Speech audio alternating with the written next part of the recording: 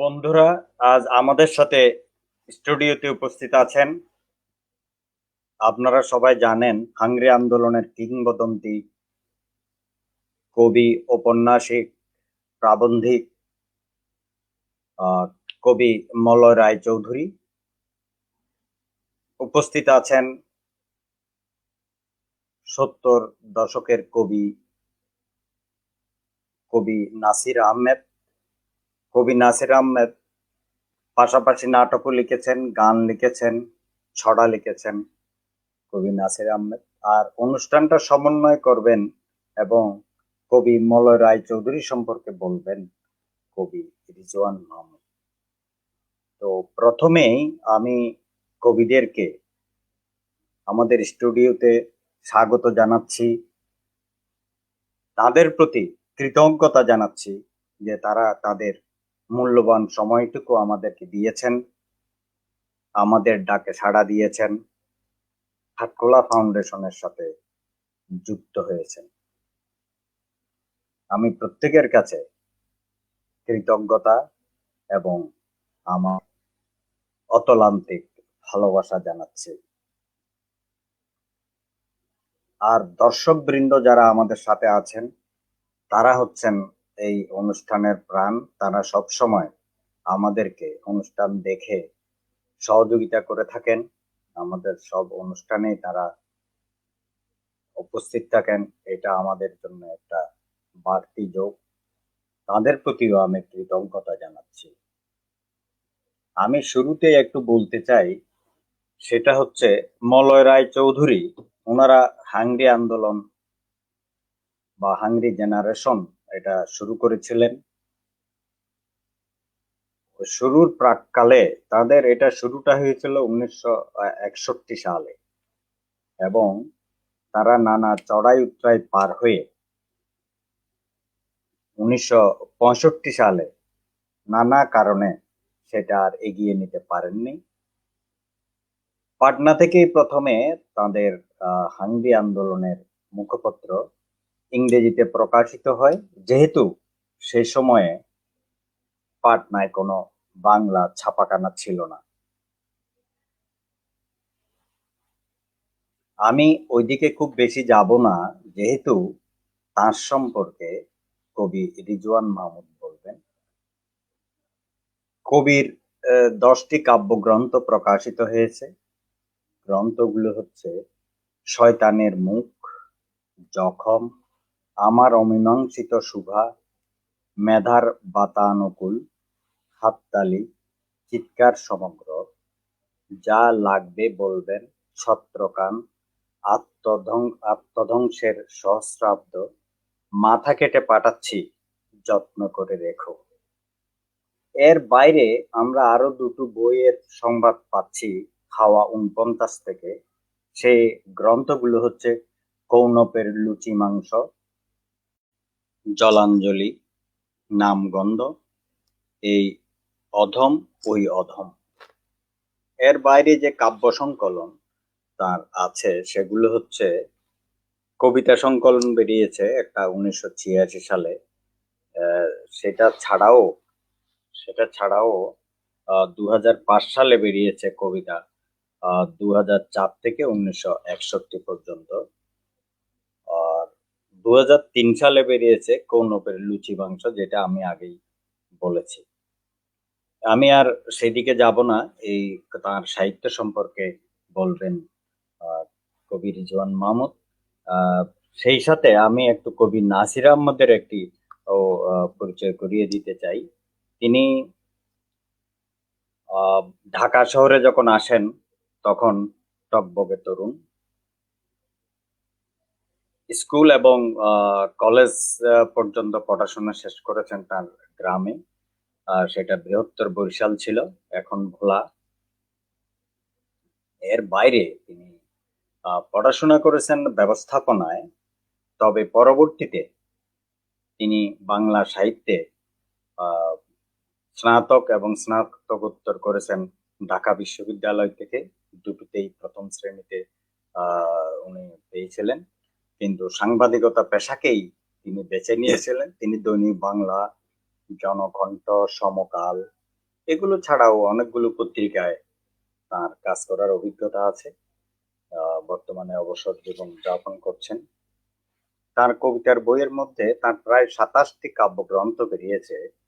এর মধ্যে আকুলতা শুভ্রতার জন্য, পাথরগুলো দুঃখগুলো, তোমাকে আশালতা, আমি স্বপ্ন তুমি রাত্রি, ভালোবাসা গেছে ওই পথে, বৃক্ষ মঙ্গল, তোমার জন্য অনিন্দিতা, বিধ্বস্ত শহর ছেড়ে যেতে যেতে, কবিতা সংগ্রহ 1, 71-এর পদাবলী, ঝরা পাতার নৃত্যকলা, গোপন তোমার সঙ্গে, ভয়াবহ এই নির্জনতা, নিজের সঙ্গে নিজের কথা, কবিতা সমগ্র, নির্বাচিত কবিতা, নির্বাচিত প্রেমের কবিতা, শ্রাবণের দুঃখ পদাবলী, গলে যাচ্ছে আকাঙ্ক্ষার মোম, স্বপ্নে পাওয়া, কবিতা সংগ্রহ 2।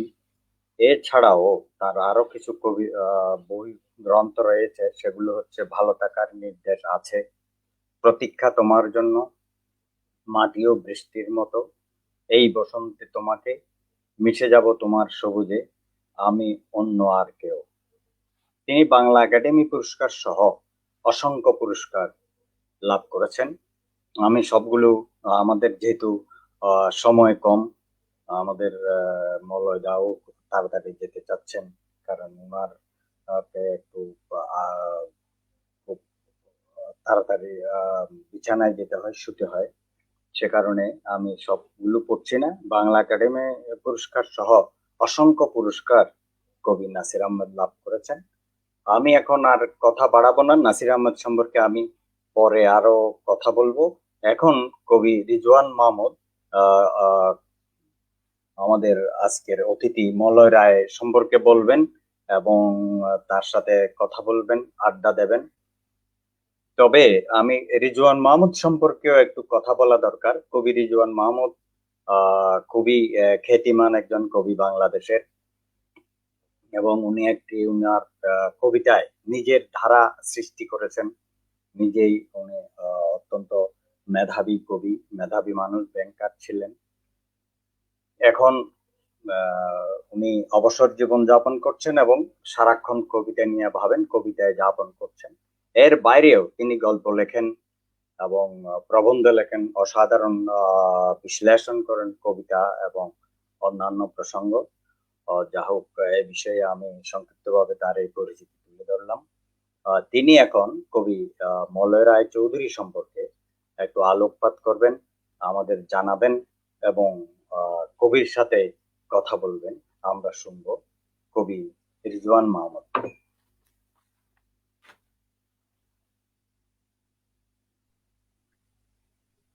আপনার সম্পর্কে বলতে গেলে তো অনেক বলতে হয়। আমি খুব ছোট করে কিছু কথা বলতে চাই। অনেকে আপনার সম্পর্কে বাংলাদেশে জানেন, যারা জানেন না তাদের জন্য আমার এই ছোট্ট লেখাটা আমি একটু পাঠ করছি। সেখানে আপনার পারিবারিক পরিচয়, শিক্ষা, কর্মজীবন, হাংরি আন্দোলন প্রসঙ্গে কথা আছে। আমি সেগুলো সামান্য আলোকপাত করব। মলরাই চৌধুরী আধুনিক বাংলা কবিতার ইতিহাসে গৌরব অর্জল এক বিতর্কিত নাম। অথচ কালে কালে আমাদের সবার প্রিয় কবি হয়ে উঠেছেন তিনি। ভিন্ন ভাষিক উচ্চতায় ও বিষয়ে কবিতাকে করে তুলেছেন আলাদা তার সমসাময়িক কবিদের কবিতার তুলনায়।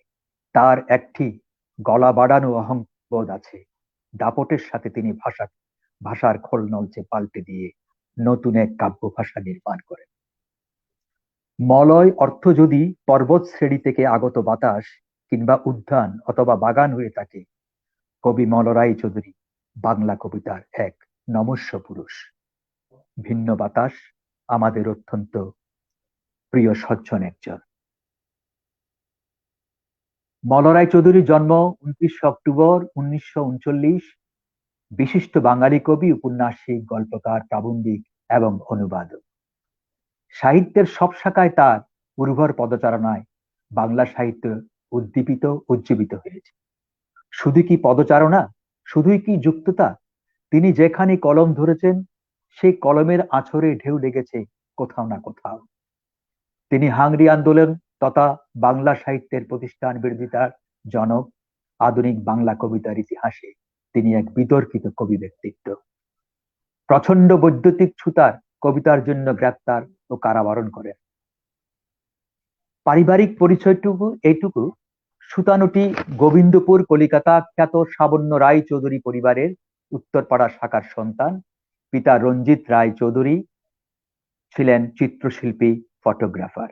মা অমিতা ছিলেন পানিহাটিস্থ নীলামবাটির কিশোরী মোহন বন্দ্যোপাধ্যায়ের জ্যেষ্ঠ কন্যা। মলরায় চৌধুরীর ঠাকুরদা লক্ষ্মীনারায়ণ ছিলেন ভারতবর্ষের প্রথম ভ্রাম্যমান ফটোগ্রাফার আর্টিস্ট। শিক্ষা ও কর্মজীবনের আসলে আহ মলয় রায় চৌধুরীর একটা বর্ণাঢ্য জীবন, একটা সাহিত্যিক জীবন আছে। তো শিক্ষা জীবনে তিনি পাটনার সেন্ট জোসেফ কনভেন্ট প্রাথমিক এবং রামমোহন রায় সেমিনারিতে ম্যাট্রিকুলেশনের পর অর্থনীতি ও সম্মান স্নাতকোত্তর লাভ করেন। চাকরি করেন গ্রামীণ উন্নয়ন বিশেষজ্ঞ রূপে। প্রশিক্ষণের পর প্রথমে রিজার্ভ ব্যাংক, তারপরে এনআরডিসি এবং নাবার্ডে গ্রামীণ উন্নয়ন বিশেষজ্ঞের উচ্চ পদে ভারতের বিভিন্ন শহরে 1997 সাল পর্যন্ত কর্মরত ছিলেন। যুগশঙ্খ পত্রিকার প্রকাশিত প্রবন্ধে আসাম বিশ্ববিদ্যালয় ইংরেজি বিভাগের রিডার ডক্টর শঙ্কর ভট্টাচার্য বিশ্লেষণ গবেষণা করে জানিয়েছেন যে মলরায় চৌধুরীর সমগ্র জীবন ভারতের চাষি, তাঁতি, জেলে ও হস্তশিল্পীদের মাঝে কাটিয়ে প্রভূত অভিজ্ঞতা লাভ করেন এবং তার সাহিত্যকর্মে গভীর প্রভাব পড়েছে এই বিষয়গুলো। হাংরি আন্দোলন সম্পর্কে ইউসুফ মোহাম্মদ কিছুটা বলেছেন, আমি একটু খোলাসা করতে যাই। সেটি হাংরি আন্দোলন 1961 সালে দাদা সমীর রায় চৌধুরী, শক্তি চট্টোপাধ্যায় এবং হারাধন ধারা অর্থাৎ দেবী রায়ের সঙ্গে হাংরি আন্দোলন আরম্ভ করে হইচই ফেলেছেন। কবির সাংগঠনিক ক্ষমতা, বুদ্ধিদীপ্ততা, এক অদ্ভুত কনভিন্সিং ক্ষমতা সে সময়ে অনেক কবি সাহিত্যিকের মনন মনীষায় প্রভাব ফেলেছিল। তার সাংগঠনিক দক্ষতা প্রায় 45 জন কবির, লেখক, চিত্রশিল্পী এই আন্দোলনের সাথে সম্পৃক্ত হয়ে পড়েন, যাদের মধ্যে 50-এর অন্যতম অপর ডাকসাইটি কবি বিনয় মজুমদার, সন্দীপন চট্টোপাধ্যায়, উৎপল কুমার বসু, সুবিমল বসাক, বাসুদেব দাশগুপ্ত, ফাল্গুনী রায়, অনিল করঞ্জাই, রবীন্দ্র গুহর মতো বিখ্যাত কবি, লেখক, চিত্রশিল্পী ছিলেন। এই আন্দোলনে বিবিধ দিক নিয়ে লিখিত মুখপত্র হিসাবে এক পাতার একটি বুলেটিন ওনারা ওই সময় প্রকাশ করতেন এবং যতদূর জানা গেছে যে 108টি বুলেটিন সম্ভবত প্রকাশিত হয়েছিল সে সময়, এবং এটি কলকাতা সহ আমাদের ঢাকা বিশ্ববিদ্যালয়ের একটা লাইব্রেরিতে সংগৃহীত আছে এবং বাংলা একাডেমিতে সংগৃহীত আছে। 1965 সাল পর্যন্ত এই আন্দোলনের সক্রিয় ছিল বিখ্যাত হাংরি মোকদ্দমার পর তা ভেঙে যায়। প্রসঙ্গত উল্লেখ্য, আসাম বিশ্ববিদ্যালয়ের অধ্যাপক বিদে মলয় রায় চৌধুরী ও হাংরি আন্দোলনের বিষয়ে 350 পৃষ্ঠার একটি গবেষণা পত্রের জন্য পিএইচডি সম্মাননা দ্বারা ভূষিত হয়েছেন। 2013 সালে হাংরি আন্দোলন নিয়ে আইআইটি খড়গপুর থেকে পিএইচডি করেছেন রিমা ভট্টাচার্য। 1997 সালে উত্তরবঙ্গের বিশ্ববিদ্যালয় থেকে হাংরি আন্দোলন নিয়ে পিএইচডি করেছেন উদয় নারায়ণ বর্মা। তার একটি বিখ্যাত কবিতা, বিতর্কিত কবিতা, যেটি হাংরি আন্দোলনে প্রকাশিত হয়েছিল 1964 সালে, সেই কবিতা হচ্ছে যে প্রচন্ড বৈদ্যুতিক ছুতার। 1964 সালে হাংরি বুলেটিনে প্রকাশিত প্রচন্ড বৈদ্যুতিক ছুতার কবিতাটির জন্য মলয় রায় চৌধুরী অশ্লীলতার অভিযোগে গ্রেপ্তার হন এবং 35 মাস ব্যাপী কোর্টে কেস চলে। কলকাতার নিম্ন আদালত সাজা ঘোষণা হলেও 1967 সালে উচ্চ আদালতে তিনি অভিযোগ থেকে খালাস পান। সে সময় কবি মলয় রায় চৌধুরীর পক্ষে সাক্ষী ছিলেন। এখানে একটা জিনিস দেখা যাচ্ছে যে যখন প্রচন্ড বৈদ্যুতিক ছুতোর কবিতাটা প্রকাশিত হয় এবং সেটা নিয়ে কেস পর্যন্ত করায়, কোর্ট পর্যন্ত করায়, তখন সে সময়কার লেখকের দুটো অংশ হয়ে যায়। সেটি বলছি, সে সময় কবি মলয় রায় চৌধুরীর পক্ষে ছিলেন, সাক্ষী ছিলেন সুনীল গঙ্গোপাধ্যায়, তরুণ সান্যাল, জ্যোতির্ময় দত্ত এবং সরোজিৎ দত্ত। এবং বিরুদ্ধে ছিলেন শক্তি চট্টোপাধ্যায়, শৈলেশ্বর ঘোষ, সুভাষ ঘোষ, পবিত্র বল্লভ, সন্দীপন চট্টোপাধ্যায় এবং উৎপল কুমার বসু। মকদ্দমা চলাকালীন মলয়ের খ্যাতি আমেরিকা ও ইউরোপে ছড়িয়ে পড়ে এবং বিভিন্ন ভাষায় এই কবিতাটি অনুদিত হতে থাকে। 1964 সাল থেকে এই পর্যন্ত হিসাব করলে দেখা যায় 57 বছর এই কবিতাটি নিয়ে এখনো পর্যন্ত একটা বিতর্ক আছে, এবং এই বিতর্ক কবিকে জীবন্ত রেখেছে, আমাদেরকে জীবন্ত রেখেছে, বাংলার পাঠককে উজ্জীবিত করেছে, উদ্দীপিত করেছে। এবং এই কবিতা নিয়ে আবার আরেকটা কাজ হয়েছে, সেটা এমফিল এবং পিএইচডি গবেষণার কাজেও এই কবিতাটা ব্যবহৃত হয়েছে। এই কবিতার বিষয়বস্তু নিয়েছেন, গবেষণা করেছেন আসাম বিশ্ববিদ্যালয় থেকে অধ্যাপক কুমার বিষ্ণু দে এবং রবীন্দ্র ভারতী বিশ্ববিদ্যালয় থেকে অধ্যাপিকা স্বাতী গঙ্গোপাধ্যায়। আরেকটা বড় কাজ হয়েছে এই কবিতা নিয়ে, সেটি হলো ক্যালিফোর্নিয়ার বিশ্ববিদ্যালয় থেকে প্রকাশিত modern and post modern poetry of the millennium সংকলনে দক্ষিণ এশিয়া থেকে অন্তর্ভুক্ত এটি একমাত্র কবিতা বলে বলে আসছেন সম্পাদক জেরোম রোদেনবার্গ। তিনি বলেছেন ওই সময় শুধুমাত্র এই সংকলনে কবি মলরায় চৌধুরীর এই কবিতাটি, এই প্রচন্ড বৈদ্যুতিক ছুতোর কবিতাটি সংকলিত হয়। মলরায় চৌধুরীর প্রথম কাব্যগ্রন্থ শয়তানের মুখ 1963 সালে কৃত্তিবাস পত্রিকা থেকে প্রকাশিত হয়েছিল। কবিতার প্রতিটি কাব্যগ্রন্থে পরীক্ষা নিরীক্ষা করেছেন এবং একটি সম্পূর্ণ ভিন্ন ধারার কবিতার জনক রূপে বাংলা সাহিত্যে একটি বিশেষ স্থান করে নিয়েছেন। তার কবিতা বাংলা সাহিত্যের সনাতন ঐতিহ্যকে, নিয়মানুবর্তিতাকে আমূল নাড়া দিয়েছিল। কবিতার ভাষার ছন্দে, অলঙ্কারে, চিত্রকল্পে তুমুল ভাঙচুর পাঠকের অভ্যস্ত চোখ এবং কানকে অনেকটা বিব্রত করেছিল। যৌনতার সঙ্গে তিনি এনেছিলেন ব্যঙ্গ, আত্মপরিহাস এবং অসহায় মানুষের সুতীব্র যন্ত্রণা। উপন্যাস, ছোট গল্পে তিনি নিজস্ব গদ্য সৃষ্টি করেছেন এবং প্রবন্ধকে আপসহীন বলে মনে করা হয়। আরেকটি উল্লেখযোগ্য বিষয় হচ্ছে, কবি মলরায় চৌধুরী এত বর্ণাঢ্য সাহিত্য সৃষ্টি করার পর, এত বিতর্ক করার পরও আমরা দেখি ওনাকে পুরস্কারে পুরস্কৃত করেছেন। 2003 সালে তার অনুবাদের জন্য তিনি সাহিত্য একাডেমি পুরস্কার এবং লিটল ম্যান ম্যাগাজিন পুরস্কার সবিনয়ে প্রত্যাখ্যান করেন। তিনি এই পুরস্কারগুলো গ্রহণ করেননি। তার কাব্যগ্রন্থ শয়তানের মুখ 1963 সালে, জখম 1965 সালে, আমার অমীমাংসিত সুবাউ দীর্ঘ কবিতা, এটা ইস্তেহার সংকলন বেরিয়েছে। এরপর কবিতা সংকলন হাংরি আন্দোলনকালীন, হাততালি দীর্ঘ কবিতা, চিৎকার সমগ্র, ছত্রাক খান, যখন লাগবে বলবেন। এই যে একটা কবিতার কথা বলি, একটা কবিতার শিরোনামের কথা বলি, যখন লাগবে বলবেন এবং চিৎকার সমগ্র। প্রচলিত যে ধারা আমরা 50-এর কবিতার মধ্যে দেখি, সেই কবিতার ধারার ভেতর দিয়ে বাহির হয়ে কবি মলরায় চৌধুরী তার কবিতার নামের মধ্যেও একটা চমক দিয়েছেন সেই সময়। তার চমক সারা বাংলা কবিতাকে সে সময়ে আমার মনে হয় তরুণ যারা ছিল তাদেরকে গ্রাস করেছিল। এবং তিনি যেমন বলেছিলাম, যা লাগবে বলবেন, এটা প্রথম প্রকাশ হয়েছিল 1996। এরপরে ওনার কিছু প্রবন্ধের বই আছে, তাই নিজের লেখা 23টি কবিতার বিশ্লেষণ আছে, তারপরে আত্মধ্বংসের সংশ্রাব্দ কবিতা আছে, কৌনপের লুচি মাংস আছে, তারপরে কবিতা আছে। এগুলি ইউসুফ মাহমুদ আগেই বলে গেছেন কিছু কিছু। তো আমি 10টি কবিতা তিনি এর বাইরেও প্রকাশ করেছেন, যেটি সংকলিত হয়েছে মানে ওয়েবসাইটে 20টি হাইকো। এখন এই কথাগুলো মনে হয় এই হাইকো যে তিনি লিখেছেন, কেউ জানতো কিনা আমি জানি না। বিশেষ করে আমাদের বাংলাদেশে শঙ্খ ঘোষ, সুনীল গঙ্গোপাধ্যায়, শক্তি চট্টোপাধ্যায়, তারাপদ রায়, বিনয় মজুমদার কিংবা আরো যারা আছে, তারা যেভাবে প্রকাশিত এবং তরুণরা যেভাবে পড়েছিলেন, আমার মনে হয় আহ মলরাই চৌধুরীকে আমরা ঠিক সেভাবে বাংলাদেশে পাইনি। তবে অনেকেই পেয়েছেন, অনেকে তার সম্পর্কে জানেন বিশদ।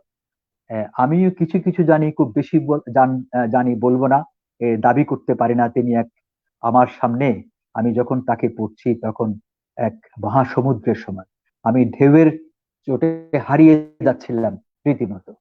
আমি সেই কথাটা আমি কবি ইউসুফ মাহমুদকে বলেছি যে আপনি আমাকে কোথায় লাগিয়ে দিচ্ছেন, আমি এক পাহাড়ের সামনে কিভাবে দাঁড়াবো। তো কবি মলরায় চৌধুরীর জার্নি এখানে শেষ নয়। তিনি এখনো লিখে চলেছেন, এখনো তিনি সাহিত্যে জায়মান, তিনি সদা অস্তিত্বশীল লেখালেখিতে, এবং এখনো পর্যন্ত কবিতা, গল্প, উপন্যাস তিনি লিখে চলেছেন দুর্বার গতিতে। কবি মলরায় চৌধুরী, আপনার সম্পর্কে আমি কিছু কথা বললাম। এখন এই বিষয় সম্পর্কে আপনি কি আমাদেরকে কিছু জানাবেন? হাংরি আন্দোলন নিয়ে কি বলবো জানি না।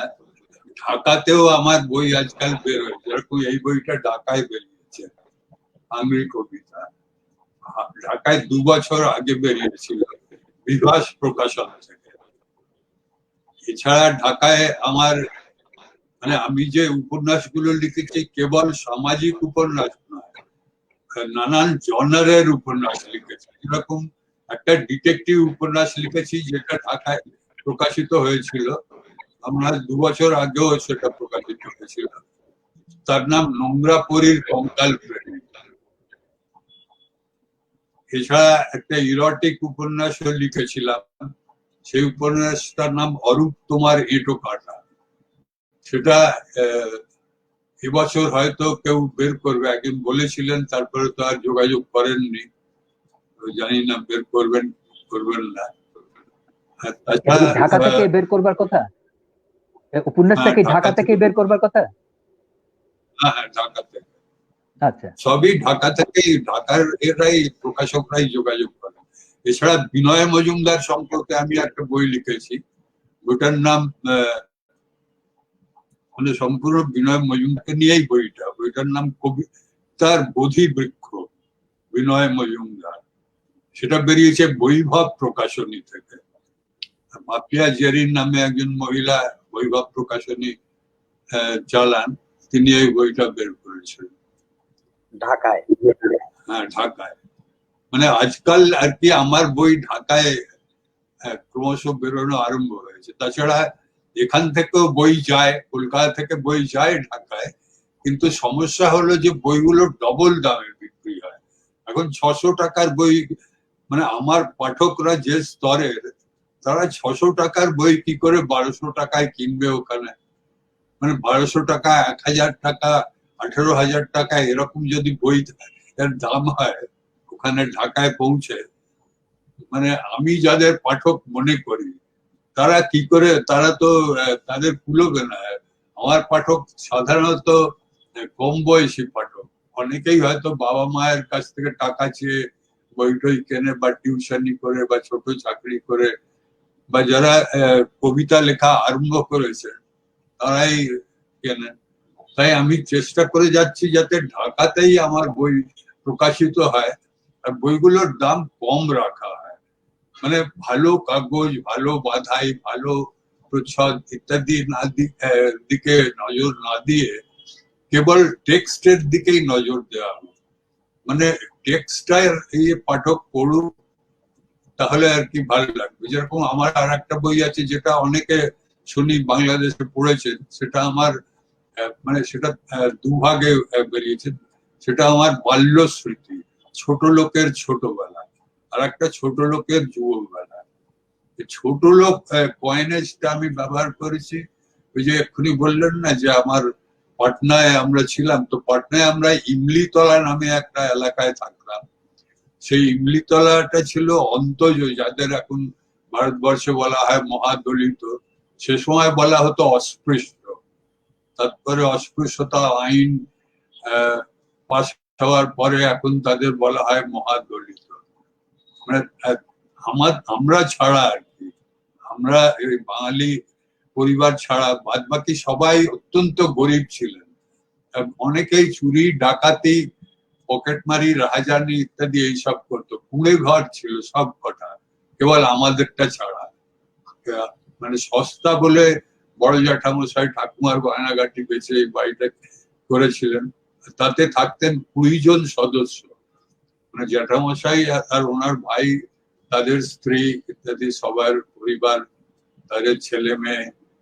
আর আমার বাবা কেবল ছিলেন রোজগারের, আমার বাবাই রোজগার করতেন আর তিনি পরিবারটাকে চালাতেন। পরে আমার বড় জ্যাঠামশাই পাটনা মিউজিয়ামেতে চাকরি পান। প্রথম দিকে তো চাকরিটা কেবল ক্লাস 4 এর ছিল, মানে ওই ঝাড়পোঁছ করার ছিল। তো ভারত স্বাধীন হবার পর ওনার পোস্টটা, মানে ওনাকে উঁচু পদে করা হয়, পোস্টার নাম হয় keeper of paintings and sculpture. তো ওই সেই ঝাড়পোঁছের কাজটাই ছিল আর কি। তো জ্যাঠার সঙ্গে আমি মাঝে মাঝে যেতাম মিউজিয়ামে, পাটনা মিউজিয়ামে। তারও গভীর প্রভাব পড়েছে আমার উপর, কেননা মিউজিয়ামটা তো একটা অদ্ভুত জায়গা। সেখানেতে সেই প্রাগৈতিহাসিক মানুষের সময় থেকে, ফসিলের সময় থেকে, এই হাল আমলের মহেঞ্জোদারো, হরপ্পা, অশোকের সাম্রাজ্য, বিম্বিসারের সাম্রাজ্য ইত্যাদি সবকিছু হয়ে সবকিছু সেখানে পাওয়া যায়।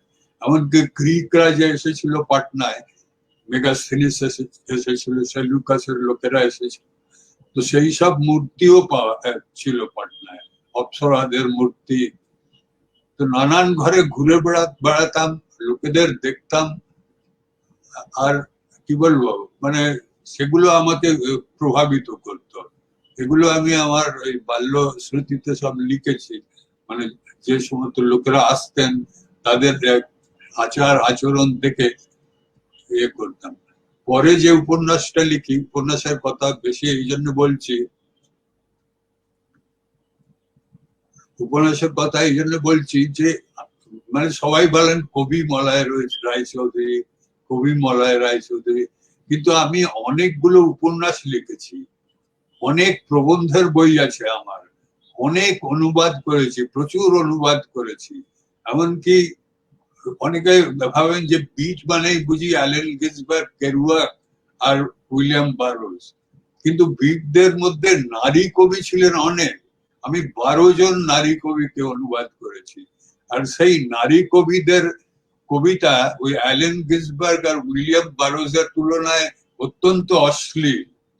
মানে আমি একটা পোস্ট করেছিলাম বলে কেউ ফেসবুকে এও করেছিল, কমপ্লেনও করেছিল যে এই ধরনের কবিতা পোস্ট করা হচ্ছে, কিন্তু কবিতাটা তো আমার নয়, কবিতাটা লিখেছিলেন একজন বিট কবি। বিট কবিদের মধ্যে মহিলা কবিও ছিলেন। তাছাড়া আমি আরো অনেক ফরাসি কবিদের অনুবাদ করেছি, লাতিন আমেরিকার কবিদের অনুবাদ করেছি।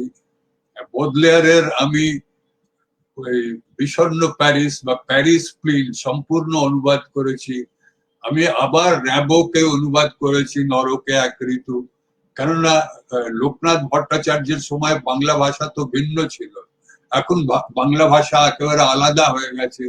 তো এখনকার বাংলা ভাষায় লেখা অনুবাদটা করা উচিত। যেরকম বুদ্ধদেব বসু বোদলেয়ার অনুবাদ করেছিলেন ক্লেদোজ কুসুম, জানি না বাংলাটা ঠিক কিনা, ক্লেদোজ কুসুম বলা যায় কিনা, ফ্লাওয়ার্স অফ ইভিল। যাই হোক, তো উনি যে বাংলায় কবিতাগুলো অনুবাদ করেছিলেন, এখনকার কবিরা কিন্তু সেই ভাষায় কবিতা লেখে না। তো এখনকার যদি অনুবাদ হয় তো এখনকার ভাষাতেই তো অনুবাদটা হওয়া উচিত। তো আমি সেই জন্য র্যাবোর দুটোই অনুবাদ করেছি, ইলুমিনেশন অনুবাদ করেছি আর নরকে এক ঋতুও অনুবাদ করেছি এখনকার ভাষায়, মানে আমাদের সময়কার ভাষায়। আমি বোদলেয়ারেরও অনুবাদ করেছি, কিন্তু বোদলেয়ারের এটা আমি অনুবাদ করিনি, কি বলে কি বলবো, ওই ক্লেদোজ কুসুম যেটা বুদ্ধ বসু অনুবাদ করেছিলেন। কেননা ওটা আলেকজান্ড্রাইন নামে ফরাসি একটা ছন্দ আছে, সেই ছন্দের দখল না থাকলে খুব কষ্টকর। তাকে অনুবাদ করা, তো সেই জন্য আমি এড়িয়ে গেছি। মানে আলেকজান্ড্রাইন শব্দটা বাংলায় কিভাবে যে আনবো বুঝতে পারিনি। সেই জন্য আমি র্যাবোর ওই মাতাল তরণী যে কবিতা ড্রাঙ্কেন বোট, ওটাও আলেকজান্ড্রাইন ছন্দে, সেটাও আমি অনুবাদ করিনি। যদিও ইংরেজিতে আমি দেখলাম যে র্যাবোর ওই কবিতাটা ড্রাঙ্কেন বোট অনেকে ইংরেজিতে অনুবাদ করেছেন, আর প্রত্যেকে নিজের নিজের মতন ভাবে অনুবাদ করেছেন, নিজের সময় তার যে ইংরেজি ভাষা ছিল তাইতে অনুবাদ করেছেন। তো আমি মাঝে ভেবেছিলাম করবো, তারপরে কিছুটা করে ছেড়ে দিলাম, কেননা মানে ছন্দটা ঠিক হচ্ছিল না। র্যাবো বোধহয় ওইটাই একমাত্র ছন্দে লিখেছেন, বাকিগুলো তো সব ওনার নিজস্ব কি বলবো ইডিওগ্রাম ব্যবহার করে করে লিখেছেন। যাই হোক, অনুবাদের কথা তো বললো, আমি অ্যালেন গিন্সবার্গের দুটো কবিতাই অনুবাদ করেছি। মানে আমি হাউল অনুবাদ করেছি, ক্যাডিশ অনুবাদ করেছি, দুটোই দীর্ঘ কবিতা। এগুলো প্রকাশিত হয়েছে, এগুলো গ্রন্থাকার কবিদূত থেকে প্রকাশিত হয়েছে। আমি অনেকের ইন্টারভিউ অনুবাদ করেছি, যেন অ্যালেন গিন্সবার্গের ইন্টারভিউ অনুবাদ করেছি, সেটাও প্রকাশিত হয়েছে। আর ইয়েতে কি বলে, আমার যে উপন্যাসগুলোর কথা বললেন এক্ষুনি, ডুব জলে যেটুকু প্রশ্বাস, জলাঞ্জলি আর নামগন্ধ, এই ট্রিলজিটা আসলে চাকুরি সূত্রে আমি প্রথম কাজ আরম্ভ করি রিজার্ভ ব্যাংকে। অনেকেই জানেন না যে সেই সময় আর কি, এখন নয়, সেই সময় মানে 60 বছর আগে, 50-60 বছর আগে ব্যাংক নোট গুলো পোড়ানো হতো। মানে এখন তো পোড়ানো হয় না, এখন ব্যাংক নোট গুলোর শ্রেডিং করা হয়, আর তার থেকে পাল্প তৈরি করে, আর সেই পাল্পের হয় কাগজ, মন্ড তৈরি করে কাগজ তৈরি বা পিচবোর্ড তৈরি হয়। কিন্তু সে সময় জ্বালিয়ে দেওয়া হতো, ইনসিনারেটর ছিল, রিজার্ভ ব্যাংকিং ইনসিনারেটর ছিল, সেই ইনসিনারেটরে জ্বালিয়ে দেওয়া হতো। আর কিন্তু কি আশ্চর্য, হ্যাঁ আমি ব্লেকও অনুবাদ করেছি, থ্যাংক ইউ অতনু, ব্লেকের marriage of heaven and hell অনুবাদ করেছি। তো ওই যে পোড়ানো হতো নোটগুলো, সেই নোটগুলো, নোট পোড়ার গন্ধর সঙ্গে, আপনারা কেউ শ্মশানে গেছেন কিনা জানি না বাংলাদেশে, ওই শ্মশানে যে মরা পোড়া হয় না, হুবহু অবিকল একই গন্ধ। মানে শবদাহের গন্ধ আর নোট পোড়ানোর গন্ধ দুটো একই গন্ধ। ওই ইনসিনারেটর পেছনে যারা সব থাকতো, তারা যখন ধোঁয়া বেরোতো তখন সব নাকে চাপা দিত। যাই হোক, তো আর অনেকে আর কি যারা ছিল, কাজ করতো ব্যাংকে, তাদের মধ্যে অনেকে মাওবাদী আন্দোলনে যুক্ত হয়ে গিয়েছিল। তো আমি সেই মাওবাদী আন্দোলনকারীদেরও এনেছি, তারা কিভাবে মানে ব্যাংক থেকে এই নোট চুরি করার তাল করতো, যাতে ওদের ফাইন্যান্স করতে পারে ওদের মাওবাদী আন্দোলন। তো সেইগুলো আমি উপন্যাসে এনেছি, ডুব জলে যেটুকু প্রশ্বাস। তারপরে এগিয়ে নিয়ে গেছি বিভিন্ন ভাবে, জলাঞ্জলি আর নামগন্ধতে। নামগন্ধতে আমি দেখেছি যে উদ্বাস্তুরা যখন চলে আসছে, তখন একজন একটি ছোট্ট মুসলমান মেয়েকে চুরি করে নিয়ে আসে, নিয়ে এসে তাকে হিন্দু ভাবে নিজের পরিবারের সদস্য করে তোলে। সেই মেয়েটি জানতো না যে সে মুসলমান, সে কখনো জানতে পারেনি। কিন্তু মানে সব শেষে আর কি পাঠক জানতে পারেন যে মেয়েটি মুসলমান। আমি এই চরিত্রর নাম দিয়েছিলাম খুশি রানী মন্ডল, কেননা যে চুরি করে এনেছিল সে ছিল মন্ডল। আর খুশি রানী মন্ডল কে বাড়ি থেকে যে কাগজটা পাওয়া যায়, তারপর প্রেমিক যে কাগজটা পায়, সেই কাগজেতে বিজ্ঞাপন দেখে বুঝতে পারে যে এর খুশি রানী মন্ডল নয়, কেননা এর আসল নাম খুশবু, তাই জন্য আর কি নামগন্ধ বইটার নাম। এর আসল নাম খুশবু, আর একে মিনহাজউদ্দিন খান নামে একজনের বাড়ি থেকে চুরি করে আনা হয়েছিল। এই বইটা কিন্তু প্রথমে প্রকাশিত হয়েছিল ঢাকায় অনেক বছর আগে। প্রকাশ করেছিলেন মিজানুর রহমান, যার মিজানুর রহমানের ত্রৈমাসিক পত্রিকা প্রকাশিত হতো, অত্যন্ত ভালো কাগজে ভালোভাবে প্রকাশ করেছিলেন উনি। পরে তো কলকাতায় অনেকবার বইটা প্রকাশিত হয়েছে। এখন প্রতিভাস সংস্থা নিয়েছে, ওরাও বইটা বের করবে। তো পরে মানে আমি নানান ভাবে উপন্যাসেও পরীক্ষা নিরীক্ষা করে গেছি। যেরকম আমি পরীক্ষা নিরীক্ষা করেছি যে মৃতদেহের সঙ্গে লিপ্ত হওয়ার জন্য একটা মানুষ কি করতে পারে, বা জন্তু জানোয়ারের সঙ্গে লিপ্ত হওয়ার জন্য একটা ডাকাত দল যারা জঙ্গলে থাকে তারা কি করতে পারে। মানে ডাকাতি পাশাপাশি নিয়ে গেছি, আর তাদের এই চরিত্র পাশাপাশি নিয়ে গেছি। কবিতায় আমি মানে চিরকাল একেবারে শুরু থেকেই যেরকম লেখা হচ্ছে, মানে যেরকম লেখা হয়েছে সেই সময় সেরকম লেখা লিখিনি। অনেকে ভাবে যে আমি অনেক লেখাপড়া করে নিয়েছিলাম সেই সময়। মানে সে সময় আমি পাটনায় থাকতে অনেক লেখাপড়া করিনি। পাটনায় থাকতে যেহেতু ব্রাহ্ম স্কুলে ছিলাম, তাই ব্রাহ্ম স্কুলে যিনি আর কি লাইব্রেরিয়ান ছিলেন নমিতা চক্রবর্তী, তিনি আমাকে ব্রাহ্ম লেখকদের বই দিতেন। তো সেই সূত্রে আমি জীবনানন্দ, রবীন্দ্রনাথ, এলাহাবাদ থেকে যে প্রভাতী পত্রিকা প্রকাশিত হতো সেই সমস্ত পত্রিকা আর অন্যান্য ব্রাহ্মদের, তখন আমি কিন্তু আমাদের বাড়িতে, মানে আমাদের ইমলিতলা বাড়িতে আমার ঠাকুমা আর জ্যাঠামশাই ব্রাহ্ম বিরোধী ছিলেন। ওরা নিজেরা গোঁড়া ব্রাহ্মণ ছিলেন, তো তাই ব্রাহ্মদের বলতেন ব্রহ্ম। মানে আশ্চর্য লাগবে অনেকের শুনে, রবীন্দ্রনাথ আমাদের বাড়িতে নিষিদ্ধ ছিলেন। মানে রবীন্দ্রসঙ্গীত গাওয়া হতো না, রবীন্দ্রনাথের বই আমাদের বাড়িতে আসতো না। প্রথম এলো যখন আমি ব্রাহ্ম স্কুলে ভর্তি হলাম। ব্রাহ্ম স্কুলে ভর্তি হওয়ার পরে যখন বৈশাখী সম্মেলন হতো ব্রাহ্ম স্কুলে, ওটা ছিল বাংলা মিডিয়াম স্কুল।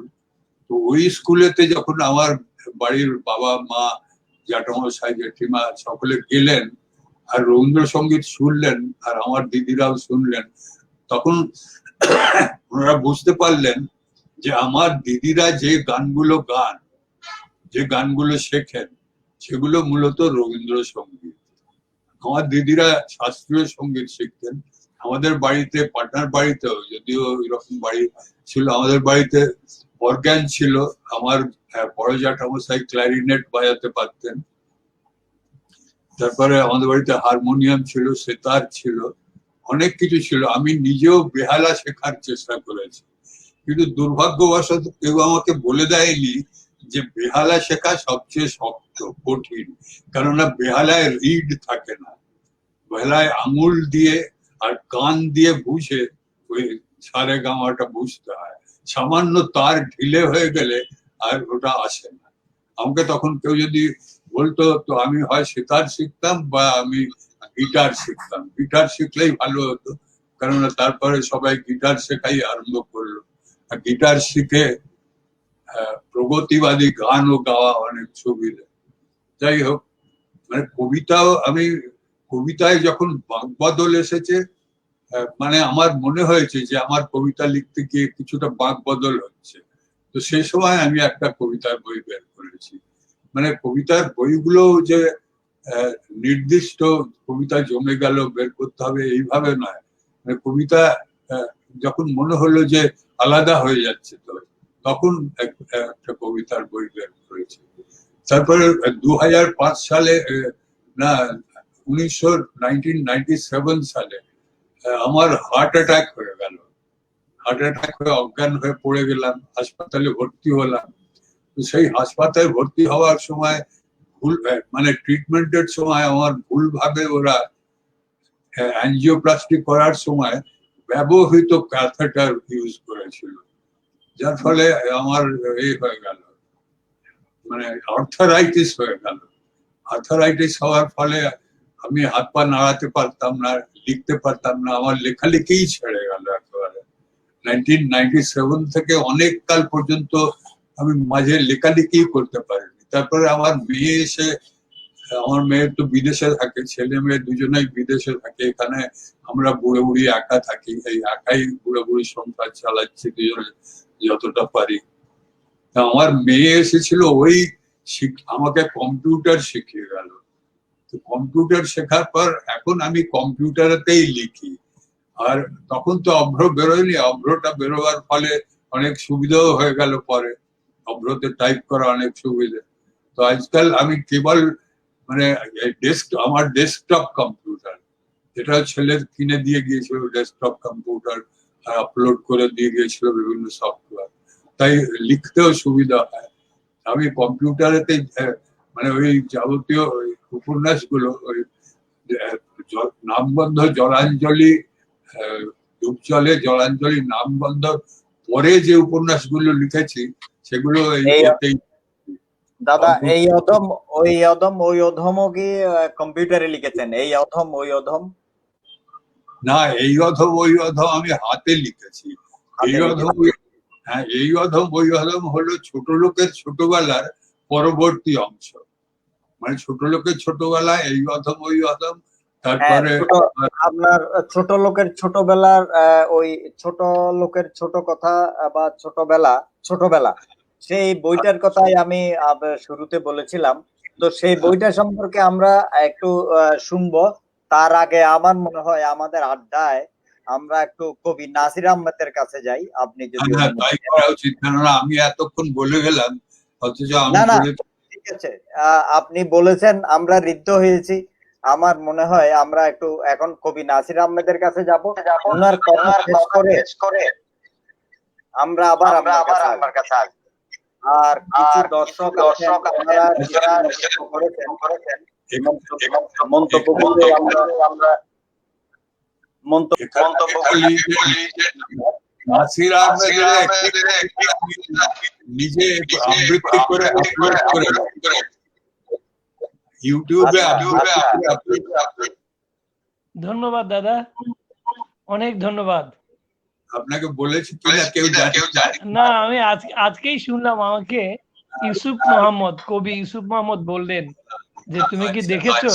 আমি একটা কাজ নিয়ে সারা দিন ব্যস্ত ছিলাম, আমি এই ঢুকতেও দেরি হয়ে গেল আপনাদের এখানে, মানে একটা বাইরের কাজ করছি এই আর কি। তো আপনার সঙ্গে আজকে দেখা হওয়া এটা পরম সৌভাগ্য বলি, কারণ আপনার লেখার সঙ্গে মানে পরিচয় আজ থেকে প্রায় 40 বছর আগে। সেই আপনার 80 সালের দিকে, ওই সময় থেকে পড়ি। আর এর আগে আপনার নাম শুনেছি একেবারে স্বাধীনতার আগে থেকে, মানে 1970-69 এই সময় আপনার ঢেউ এখানেও লেগেছিল। আপনি তো মানে বাংলাদেশের স্যাড জেনারেশন জানেন, ওই স্যাড জেনারেশন আমি মনে করি হাংরির প্রভাব পড়েছিল। যাই হোক, আজকে আপনার সঙ্গে পরিচিত হওয়াটা অনেক বড় অর্জন বলে আমি মনে করি। যাই হোক, আমি নাসির আহমেদ সম্পর্কে একটু বলবো। তার আগে আমাদের কিছু মন্তব্য আছে, আমি একটু মন্তব্যগুলো নিয়ে নেই, কারণ যারা কষ্ট করে দেখছেন অনুষ্ঠান মন্তব্য করেছেন দীপঙ্কর দে, প্রিয় কবি মলয় রায় চৌধুরীকে নিয়ে প্রেমিক কবি রিজওয়ান মাহমুদ অসাধারণ বলেছেন। আর অনিন্দিতা হাজরা উনি বলেছেন একদমই একমত, তবে আমি কলকাতার, তাই অসুবিধা হয় না। উনি আরো অনেকগুলো মন্তব্য করেছেন। আমাদের অতনু ভট্টাচার্য কবি, উনি বলেছেন ব্ল্যাকও অনুবাদ করেছেন তিনি, এবং সেটা তো কবি দেখলেনি। অতনু ভট্টাচার্য আরেকটা মন্তব্য করেছেন, মন্তব্যটা হচ্ছে আবে রবীন্দ্রনাথ কুলসুম আপা এমন কত যে কবিতা নাড়িয়ে দিয়েছিল। আসলেই কবিতাগুলো আমাদেরকে নাড়িয়ে দিয়েছিল, এবং সেই নাড়িয়ে দেওয়া থেকেই আজকে আমরা কবি মলয় রায় চৌধুরীর মুখোমুখি হলাম এবং অনেক কিছু জানতে পারছি। যা হোক, আমাদের আরো অনেকগুলো মন্তব্য আছে, সেগুলো করে নেব। আমাদের দর্শকরা বসে আছেন কবিদের কথা শোনার জন্য। এখন আমি কবি নাসির আহমেদ আসলে প্রেম, দ্রোহ, দেশপ্রেম এবং সমসাময়িক ঘটনাকে অত্যন্ত সাবলীল ভাবে, অত্যন্ত সুন্দর ভাবে হৃদয়গ্রাহী করে মানুষের কাছে উপস্থাপন করেছেন। উনি কবিতাকে একেবারে মানুষের মনের মধ্যে গেঁথে যায় এইভাবেই করেছিলেন ওনার কবিতার কাজগুলো। ওনার বইয়ের নামগুলো আমি শুরুতেই বলেছিলাম, সেদিকে আমি এখন যাব না। আমরা কবি মলয় রায় চৌধুরীর কাছে যেভাবে শুনলাম, এখন কবি নাসির আহমদের কাছেও একইভাবে শুনবো, যে উনার বেড়ে ওঠা শৈশব, উনার শৈশবে উনার বেড়ে ওঠার সময়কাল, ওনার লেখালেখিতে আসা, সাংবাদিকতায় যুক্ত হওয়া, এই বিষয়গুলো। এখানে আমি একটু আপনাদের মাধ্যমে এবং এই অনুষ্ঠানের মাধ্যমে একটু শ্রদ্ধাও জানাচ্ছি যে কবি আহসান হাবিবের প্রতি। উনার ওখানে গিয়েই নাসির আহমদের সাথে আমার পরিচয়, এবং কবি নাসির আহমদ এবং ঢাকায় আইয়ুব হোসেন, যিনি আরজালি মাতব্বর সম্পাদনা করেছিলেন, এই দুজনের সাথে আমার প্রথম ঢাকায় পরিচয় হয়েছিল কবি এবং লেখকদের মধ্যে। তারপর তো অন্যান্য জনের সাথে পরিচয় হয়েছে। আমি কবি নাসির আহমদের মুখে শুনবো ওনার বেড়ে ওঠা, লেখালেখিতে আসা, সাংবাদিকতায় যুক্ত হওয়া ইত্যাদি প্রসঙ্গে। কবি নাসির আহমেদ। ধন্যবাদ রেজওয়ান মাহমুদ, ধন্যবাদ ইউসুফ মোহাম্মদ। শ্রদ্ধা জানাই মলয়দাকে, এবং আজকে যারা আমাদেরকে এখন শুনছেন, দূরে কাছে যে যেখানে আছেন, সবাইকে শুভেচ্ছা জানাচ্ছি। আসলে মলয় রায় চৌধুরীর মতো এরকম একজন কিংবদন্তির সামনে আমি কথা বলা আমার জন্য এটা অনেক বড় সম্মানের এবং সংকোচেরও। তার বহুমাত্রিক কাজ, সেটি আমি মুগ্ধ হয়ে লক্ষ্য করে আসছি দীর্ঘদিন থেকে।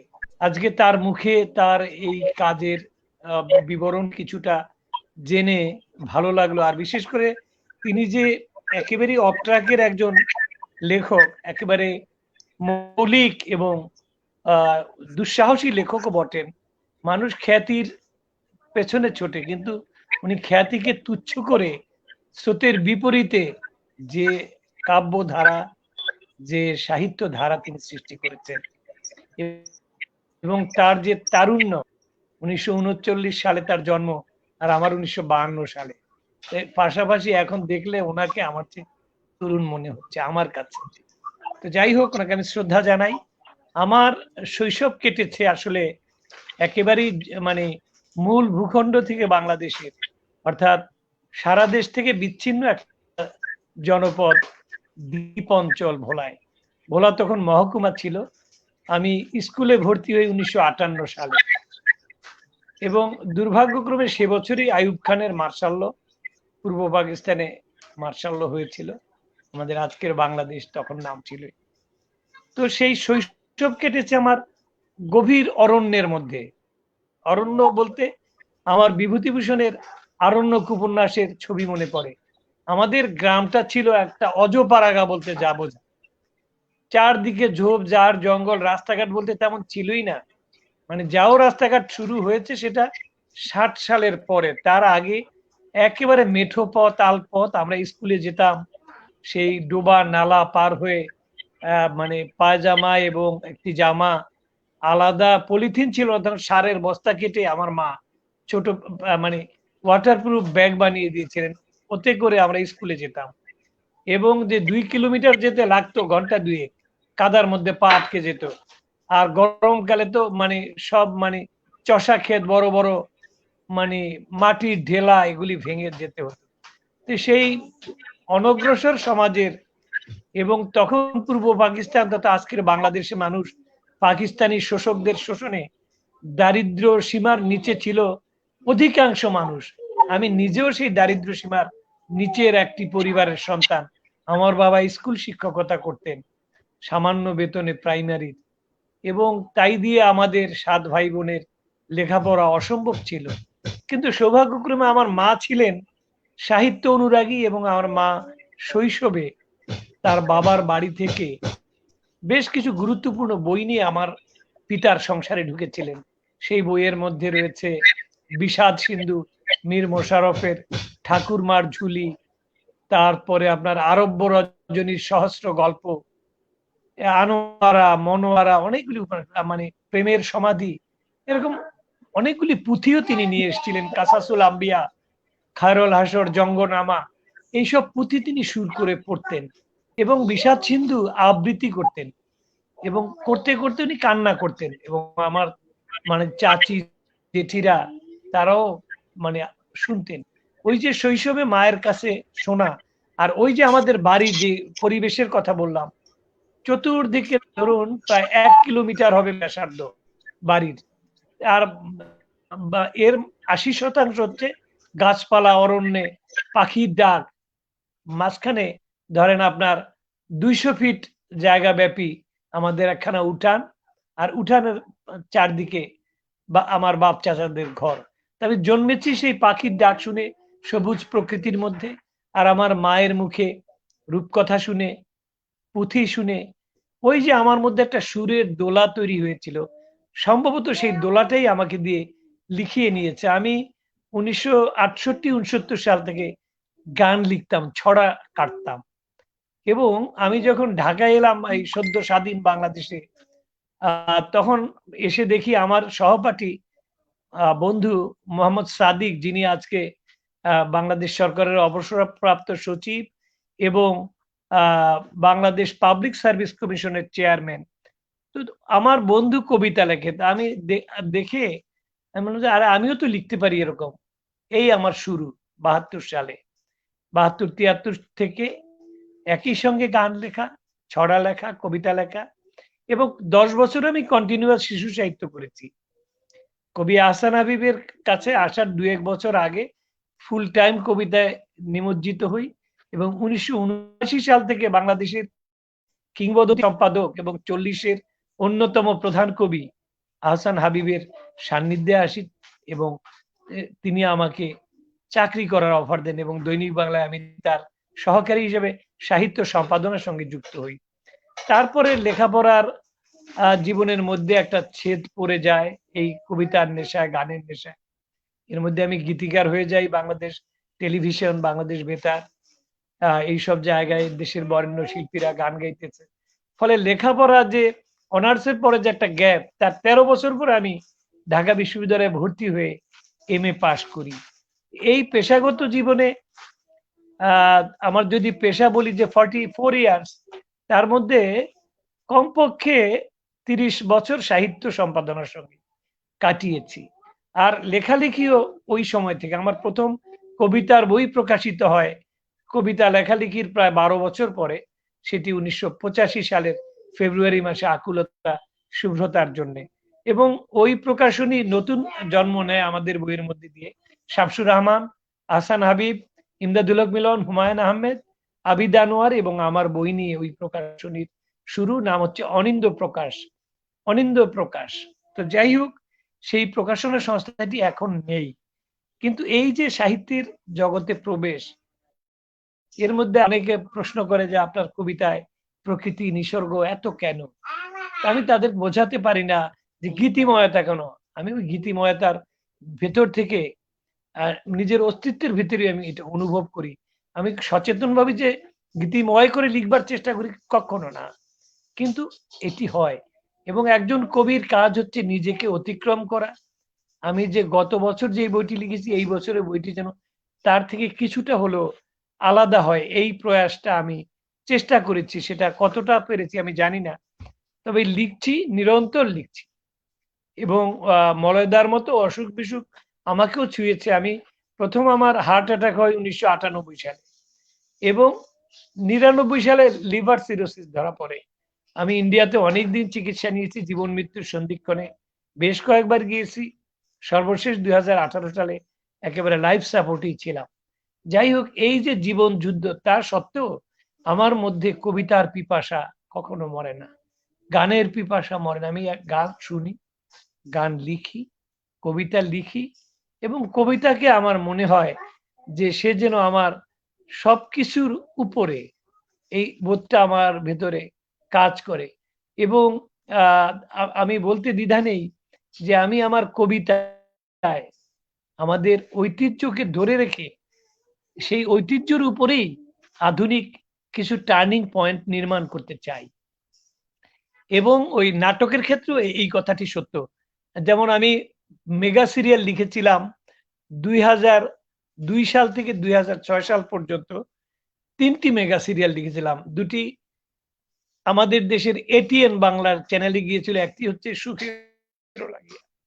সে বিখ্যাত কবিতার পংক্তিটি ব্যবহার করেছি, মানে মধ্যযুগের গীতি কবিতা সুখেরও লাগিয়া, একটি পারিবারিক গল্প, দীর্ঘ গল্প, 105 পর্বে না 4 পর্বে শেষ হয়েছিল, এই মুহূর্তে মনে নেই। এইরকম আমাদের দেশের সবচেয়ে জনপ্রিয় তখন মৌসুমী চিত্রনায়িকা।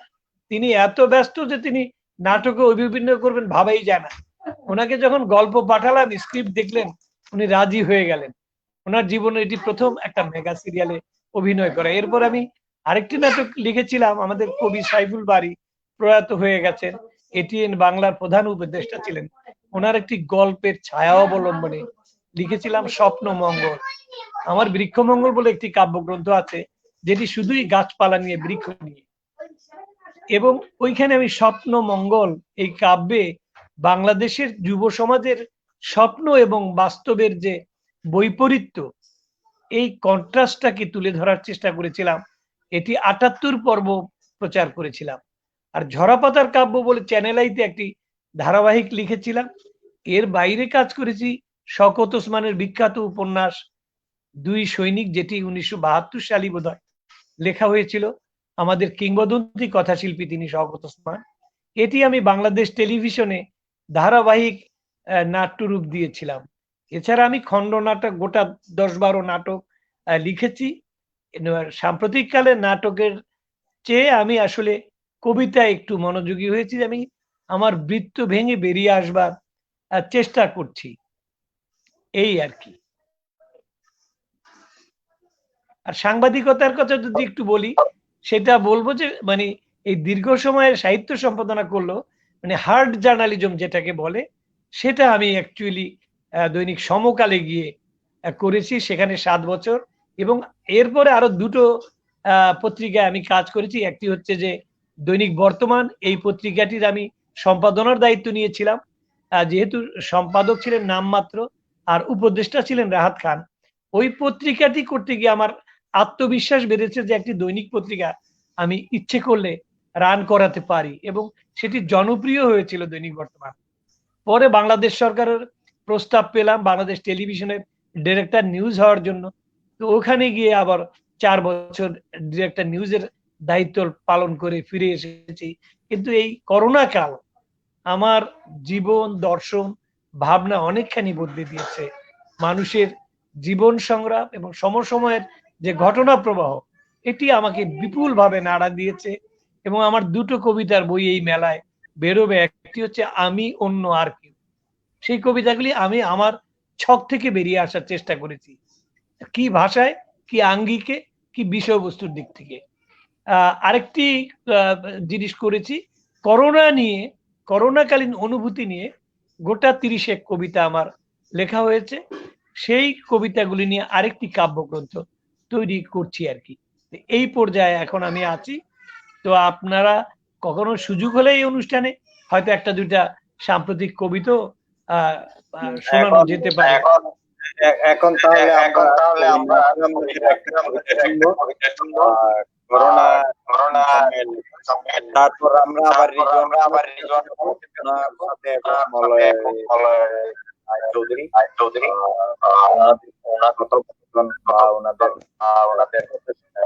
আর আমাদের সাথে সেই প্রশ্ন এখন কবি নাসির আহমেদের কণ্ঠে আমরা একটি কবিতা শুনি। আমি ছোট্ট দুটো কবিতা পড়ি, তা নাহলে বৈপরীত্যটা আমি বুঝাতে পারবো না। আকাঙ্ক্ষা বাড়ি নেই। আকাঙ্ক্ষা ছিল একদিন এই বাড়িতে, ধূপের গন্ধ ছড়িয়ে সন্ধ্যা আনত। আমাদের সব স্বপ্ন সে ছুঁয়ে থাকতো, সমর্পণের নীল রাত্রিকে চিনত। আকাঙ্ক্ষা আজ ভুলেছে প্রেমের তৃষ্ণা, কাম ক্রোধহীন যেন এক সাধু সন্ত। ঘুমিয়ে পড়েছে পুষ্পিত সেই উদ্যান, হৃদয়ের কথা ফুরিয়ে সে আজ নিঃস্ব। উদ্যানে ফুল ফুটছে না আর আজকে, মহামারী যেন ছুঁয়েছে ফুলের বাগানো। কামের আগুন জল ঢেলে ছাই করেছে, কুমারী মেয়েটি যদিও স্বপ্নে দুলছে। আকাঙ্ক্ষাহীন এইভাবে বাঁচা যায় কি? ফিরে এসো মেয়ে, ফিরে এসো তুমি এখনই। তুমি তো সড়ক জীবনের গন্তব্যের। তুমি না থাকলে জীবনের আলো জ্বলে কি? শারদ সন্ধ্যা ডাকছে তোমাকে, ওমে শিউলি শরৎ ডাকছে ঢাকের শব্দে।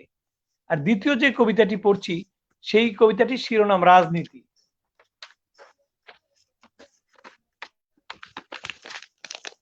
অপ্রকাশিত কবিতা, একদম নতুন লেখা। একটা সাদা বিড়াল হেঁটে যাচ্ছে ওই কালো মেঘের ভেতরে। একটা ইঁদুর কুটকুট করে নীরবে কাটছে মেঘের চাদর বিছানা বালিশ। এরকম একটা চিত্রকল্প কল্পনা করতে করতে আমি দেখে ফেলি সরকারি আর বিরোধী রাজনৈতিক দর্শনের ভয়াবহ বৈপরীত্য। আমি সাদা বিড়ালটাকে নিয়ে ৭১-এর যুদ্ধ দিনে চলে যাই। আহা, ঝাঁক ঝাঁক শুভ্র পায়রার উপর ঝাঁপিয়ে পড়ছে বিড়াল। তার শুভ্রতা সে তো ওই সাদা পায়রাদের। ছোপ ছোপ রক্ত জমে কেমন কালো মেঘ হয়ে আছে। ষড়যন্ত্রের ইঁদুর কাটছে ইতিহাস। কোথায় কিসের মেঘ? ইঁদুর বিড়াল সবই কবির কল্পনা। আসলে ৩০ লক্ষ শহীদের রক্ত নদী শুকিয়ে কয়লার কালো মেঘের পাহাড়। ইঁদুর বিড়াল খেলা, বিশ্ব রাজনীতি আর আমার আদুরে প্রতিবেশী।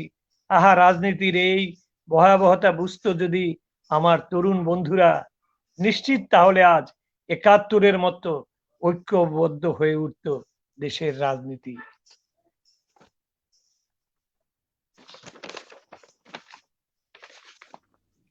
ধন্যবাদ কবি। আমরা আমরা আবারও আসবো আপনার কাছে। আমরা এর মধ্যে কবি রিজওয়ান মাহমুদ, ওনার আরো কিছু কথা আছে মলয় রায় চৌধুরীর সাথে, সেই কথাগুলো আমরা শুনে আবার কবি নাসির আহমেদের কাছে আসব, এবং মাঝখানে আমি মলয় রায় চৌধুরী এবং নাসির আহমেদ এই দুইজনের দুটো কবিতা আমি নিজে পাঠ করতে চাই। সেই রোগটা আমি এখানে সামলাতে পারছি না। এখন আমরা যাচ্ছি কবি রিজওয়ান মাহমুদ, কবি প্রাবন্ধিক, উনি ওনার কথায় ফিরে যাবেন। বলজা, আপনার বিখ্যাত কবিতাটা আপনি পড়বেন নাকি আমি পড়ব? আমার ইচ্ছে হচ্ছে যে আপনার প্রচন্ড বৈদ্যুতিক ছুতার এই কবিতাটা আমি একটু পড়ি, এবং আমার কণ্ঠে আপনাকে একটু। আমি পরে অনেক কবিতা লিখেছি, হ্যাঁ। অনেকে বলে যে মানে ওই কবিতাটার জন্য আমি আটকে যাই,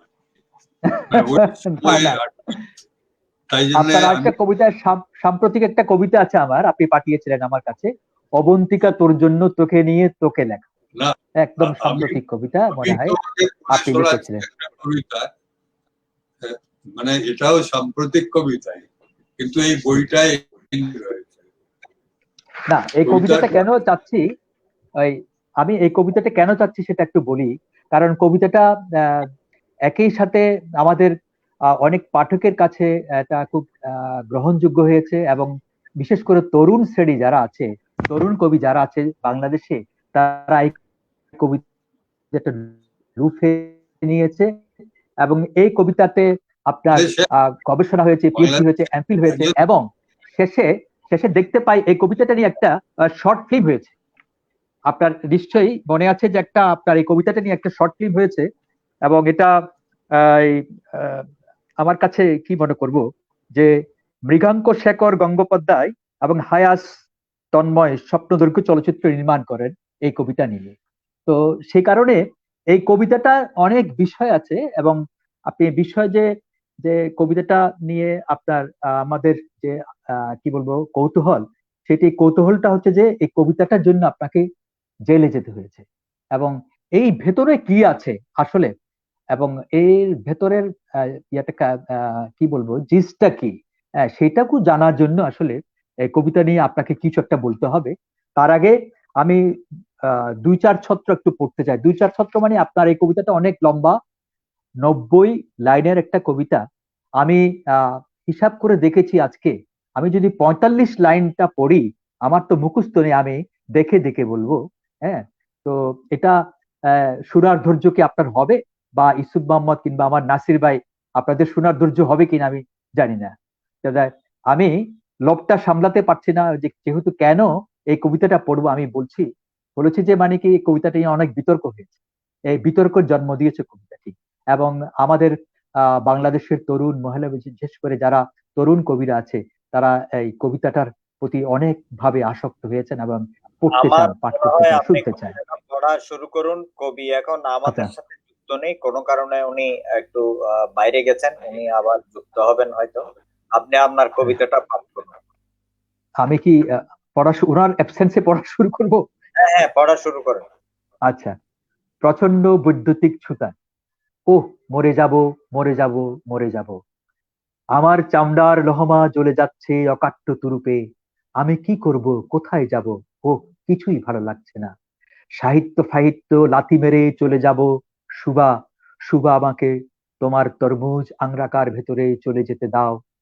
চুরমার অন্ধকারে জাফরান মশারির ছায়ায় সমস্ত নোঙর তুলে নেবার পর শেষ নোঙর আমাকে ছেড়ে চলে যাচ্ছে। আর আমি পারছি না। অজস্র কাজ ভেঙে যাচ্ছে কর্টেক্সে। আমি জানি শোভা, জুনি মেলে ধরো, শান্ত দাও, শান্তি দাও। প্রতিটি শিরা অশ্রুস্রোত বয়ে যাচ্ছে হৃদয় বিগর্বে। শাশ্বত অসুস্থতায় পচে যাচ্ছে মগজের সংক্রামক স্ফুলিঙ্গ। মা, তুমি আমায় কঙ্কাল রূপে ভূমিষ্ঠ করলে না কেন? তাহলে আমি 2 কোটি আলোকবর্ষ ঈশ্বরের পদে চুমু খেতুম। কিন্তু কিছুই ভালো লাগে না আমার, কিছুই ভালো লাগছে না। একাধিক চুমু খেলে আমার গা গুলায়। ধর্ষণকালে নারীকে ভুলে গিয়ে শিল্পে ফিরে এসেছি কতদিন। কবিতার আদিত্য বর্ণার মূত্রাশয়ে এসব কি হচ্ছে জানি না, তবু বুকের মধ্যে ঘটে যাচ্ছে অহরহ। সব ভেঙে চুরমার করে দেব শালা, ছিন্ন ভিন্ন করে দেব তোমাদের পাজরবদ্ধ উৎসব। শোভাকে হিঁচড়ে উঠিয়ে নিয়ে যাব আমার ক্ষুদায়। দিতে হবে শোভাকে। ও মলয়, ও মলয়, কলকাতাকে আর্দ্র পিচ্ছিল বরাঙ্গের মিছিল মনে হচ্ছে আজ। কিন্তু আমাকে নিয়ে কি করব বুঝতে পারছি না। আমার স্মৃতিশক্তি নষ্ট হয়ে যাচ্ছে। আমাকে মৃত্যুর দিকে যেতে দাও একা। আমাকে ধর্ষণে মরে যাওয়া শিখে নিতে হয়নি। অন্ধকারে শোবার পাশে গিয়ে শুয়ে পড়া শিখতে হয়নি। প্রস্রাবের পর শেষ ফোঁটা ঝাড়ার দায়িত্ব আমাকে শিখতে হয়নি। অন্ধকারে শোবার পাশে গিয়ে শুয়ে পড়া শিখতে হয়নি। শিখতে হয়নি নন্দিতার বুকের উপর শুয়ে ফরাসি চামড়ার ব্যবহার।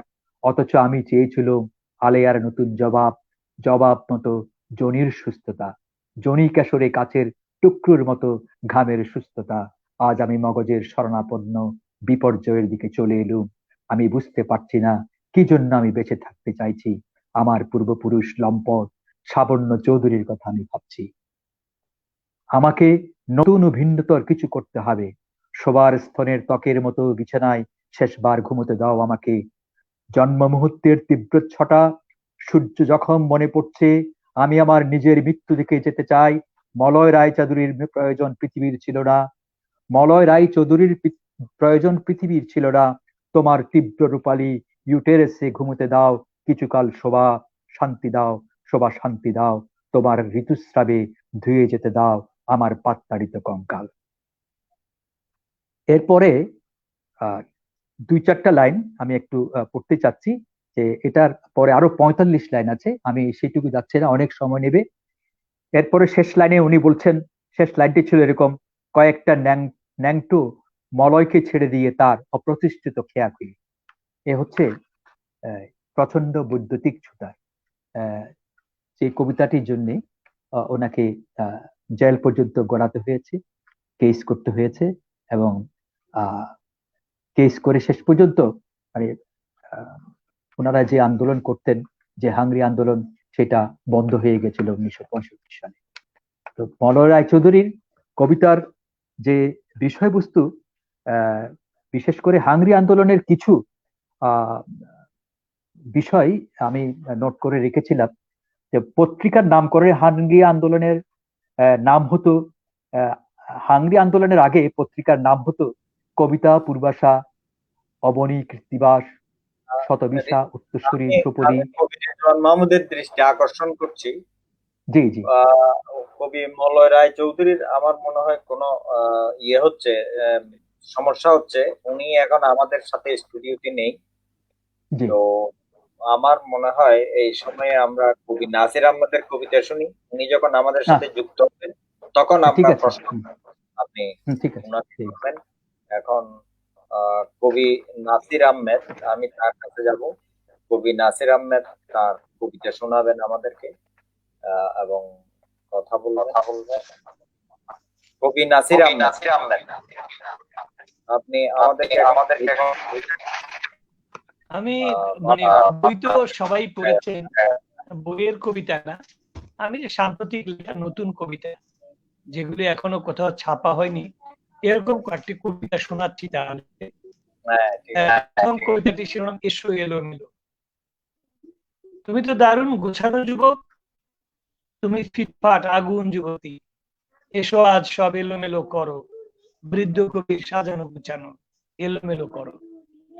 তারুণ্যে আজ চুল খুলে দাও, জ্বালো দাও দাও তুমুল আগুন, ফাগুনের ওই কৃষ্ণ চূড়ায় আগুন লেগেছে, কোকিলটা ডাকে কামার্ত স্বরে, সেরা দিনসের রাফ এন্ড টাফ, যুবক তোমার নেশা ডুলু ডুলু, চোখেও তরুণী দেখুক পৃথিবী, শূন্য বাড়িটা ডাকছে নীরবে। এসো আজ সাজানো গোছানো নিয়মের সব কুচি কুচি করে, আমিও থাকবো তোমাদের পাশে জল কবিতার অবচিত দিনে। তোমাকে আদম এবং তোমাকে ঈদ ভেবে নিয়ে গড় সংসার যেন আমি এক পিতার ভূমিকায় বসে বাগান সাজাই। এসো সন্তান, বীজ ঢেলে দাও উষর মাটিতে, ফলুক ফসল শান্তির মতো শুভ্রতা থেকে। এসো সুন্দর সর্বনাশের প্রতিমা কবিতা, এলোমেলো করো অক্ষরগুলো, সব এলোমেলো, সব ভাঙচুর, শুধু দেখো বোধে তুমি যে বাঙালি, ভাবের ঐক্যে ফাটল চলে না, তাহলে তা হবে নেশার প্রলাপ। আরেকটি কবিতা গণতন্ত্র বিষয়ে কয়েক সত্র।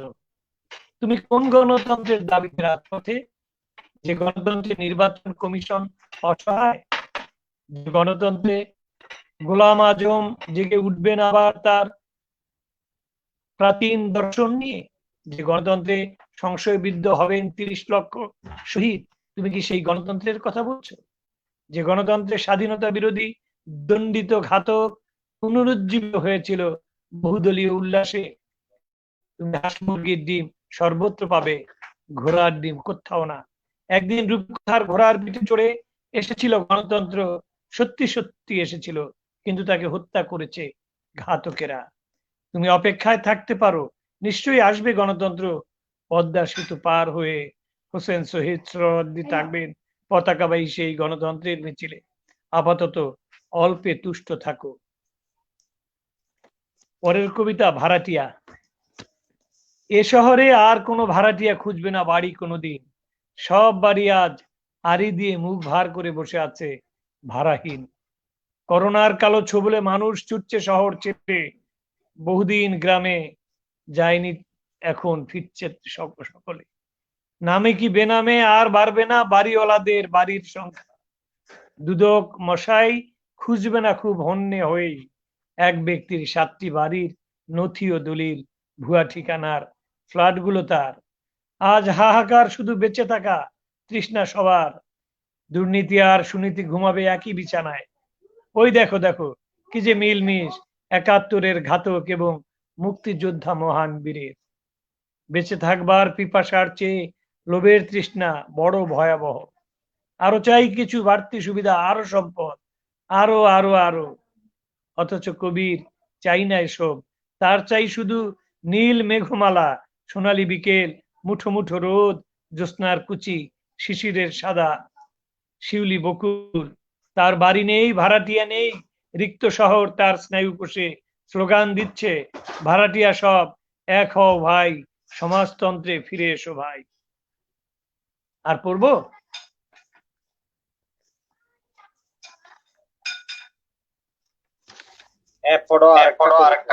আমি বিশ্বাসে অনর, তুমি সারা জীবন একটা অস্পষ্ট কুয়াশা। তরুণ কবির ছেঁড়া করা পংক্তি যেন সদ্য উত্থিত স্তনের কিশোরীর অস্থিরতা, জমাট মেঘের কালো ধোয়া। তোমার দিকে যেতে যেতে আমি ক্লান্ত হয়ে ফিরে যাই বৃষ্টির বিপরীতে জ্বলন্ত মরুভূমির উত্তপ্ত পথহীন পথে। আমি সারা জীবন এক বোকা নিম গাছ। আমি তোমাকে ভালোবাসতে বাসতে প্রেম আর ভালোবাসার পার্থক্যই ভুলে গেছি। আমার ভেতরে যমজ ভ্রূণের ঢঙে ঝুলে আছে আনন্দ এবং কান্না। তুমি শুধুই হেয়ালির মায়া। তবু তোমার জন্য অপেক্ষা আমার ধর্মযাজকের নিষ্ঠায়, বেহেশত দোজখ কিছুই না দেখে বিশ্বাসে অনড়। ঠিক আছে, ধন্যবাদ কবি নাসির। এখন আমরা কবি রিজওয়ান মাহমুদের কাছ থেকে ঠাংরি আন্দোলন সম্পর্কে আরো কিছু শুনবো। কবি রিজওয়ান মাহমুদ,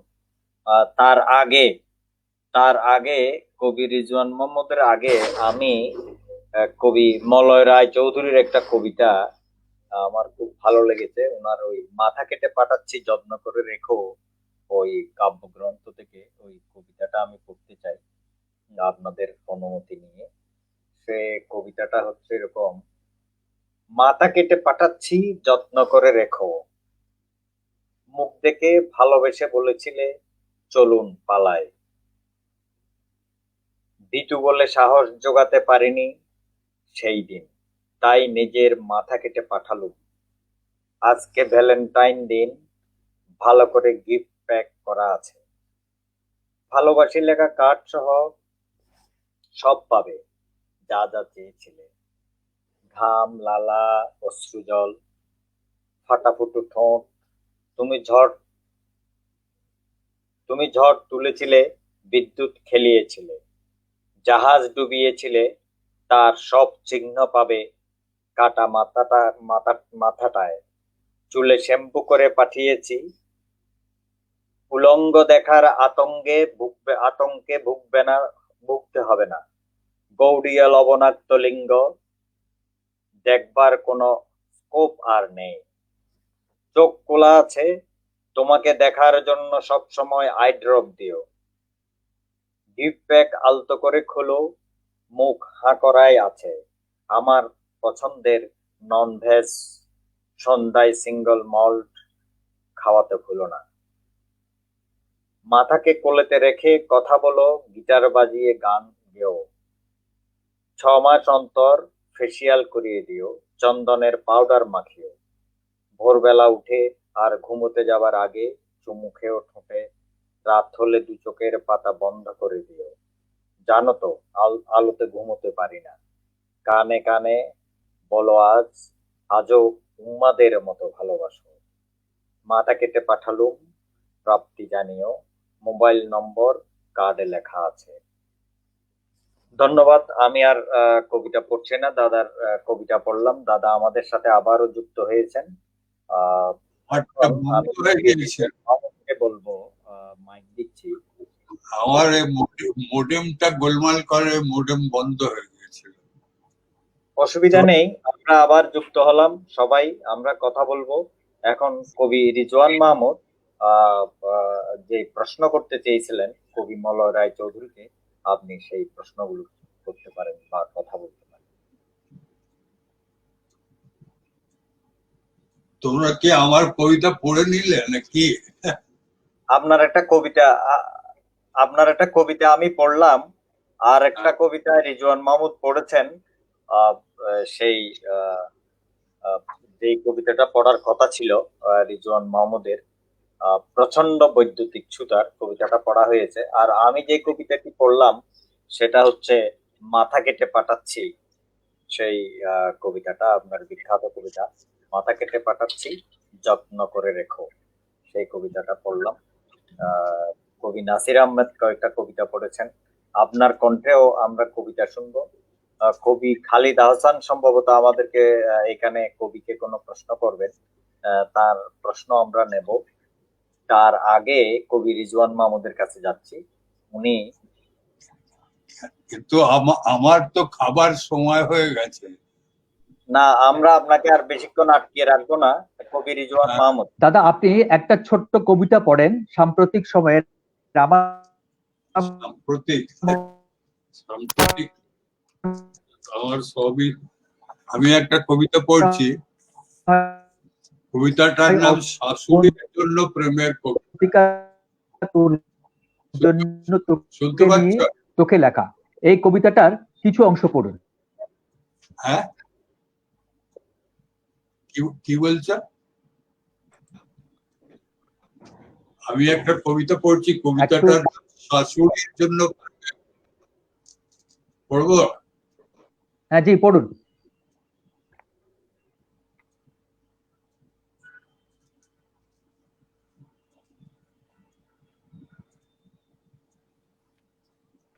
কি শোনা যাচ্ছে? আটকে গেছে বোধ হয় আমার। শোনা যাচ্ছে, আমরা শুনতে পাচ্ছি, আপনি পড়ুন। পড়বো। কবিতাটা হচ্ছে শাশুড়ির জন্য প্রেমের কবিতা। আর তো শ্বশুর শাশুড়ি ছিলেন না কেউ, তাই মানে শাশুড়ির অভাব বোধ করেছে। সবার শাশুড়ি ঠিক আছে, থাকে, আপনি পড়ুন। শাশুড়ির আদর যত্ন পায়, আমি তো পাইনি। তো তাই জন্য একটা কবিতা লিখেছিল, সেটা একজন পড়ে ইউটিউবে দিয়েওছে। কবিতাটা এরকম: বাঁশদ্রোণী বাজারে শাশুড়িদের ভিড়ের ভেতরে হাঁটতে হাঁটতে আমি আমার শাশুড়িহীন জীবনের অভাব মেটাবার চেষ্টায় ভারী ভরকম এক শাশুড়িকে বলি, দিন থলেটা পৌঁছে দিচ্ছি। উনি বলেন, না, আমার ড্রাইভার আছে। একজন শাশুড়ির কাছে কি তাহলে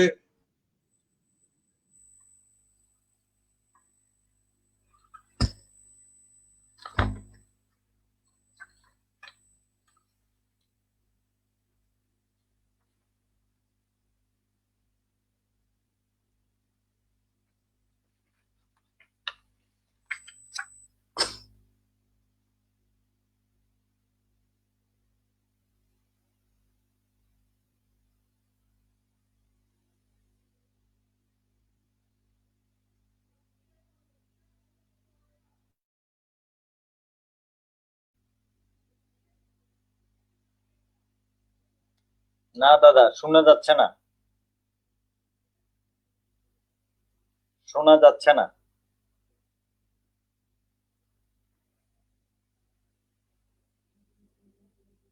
আবারও তিনি আহ, আমাদের সাথে বিযুক্ত হয়ে গেছেন। যা হোক, উনি বিযুক্ত হয়ে গেছেন। এই সময়ের মধ্যে আমাদের এখানে অনেকগুলো কমেন্ট এসেছে, আমি কয়েকটা কমেন্ট নেই। আজিজ কাজল, উনি বলেছেন অর্থবহ উদ্যোগ, ভালো লাগছে।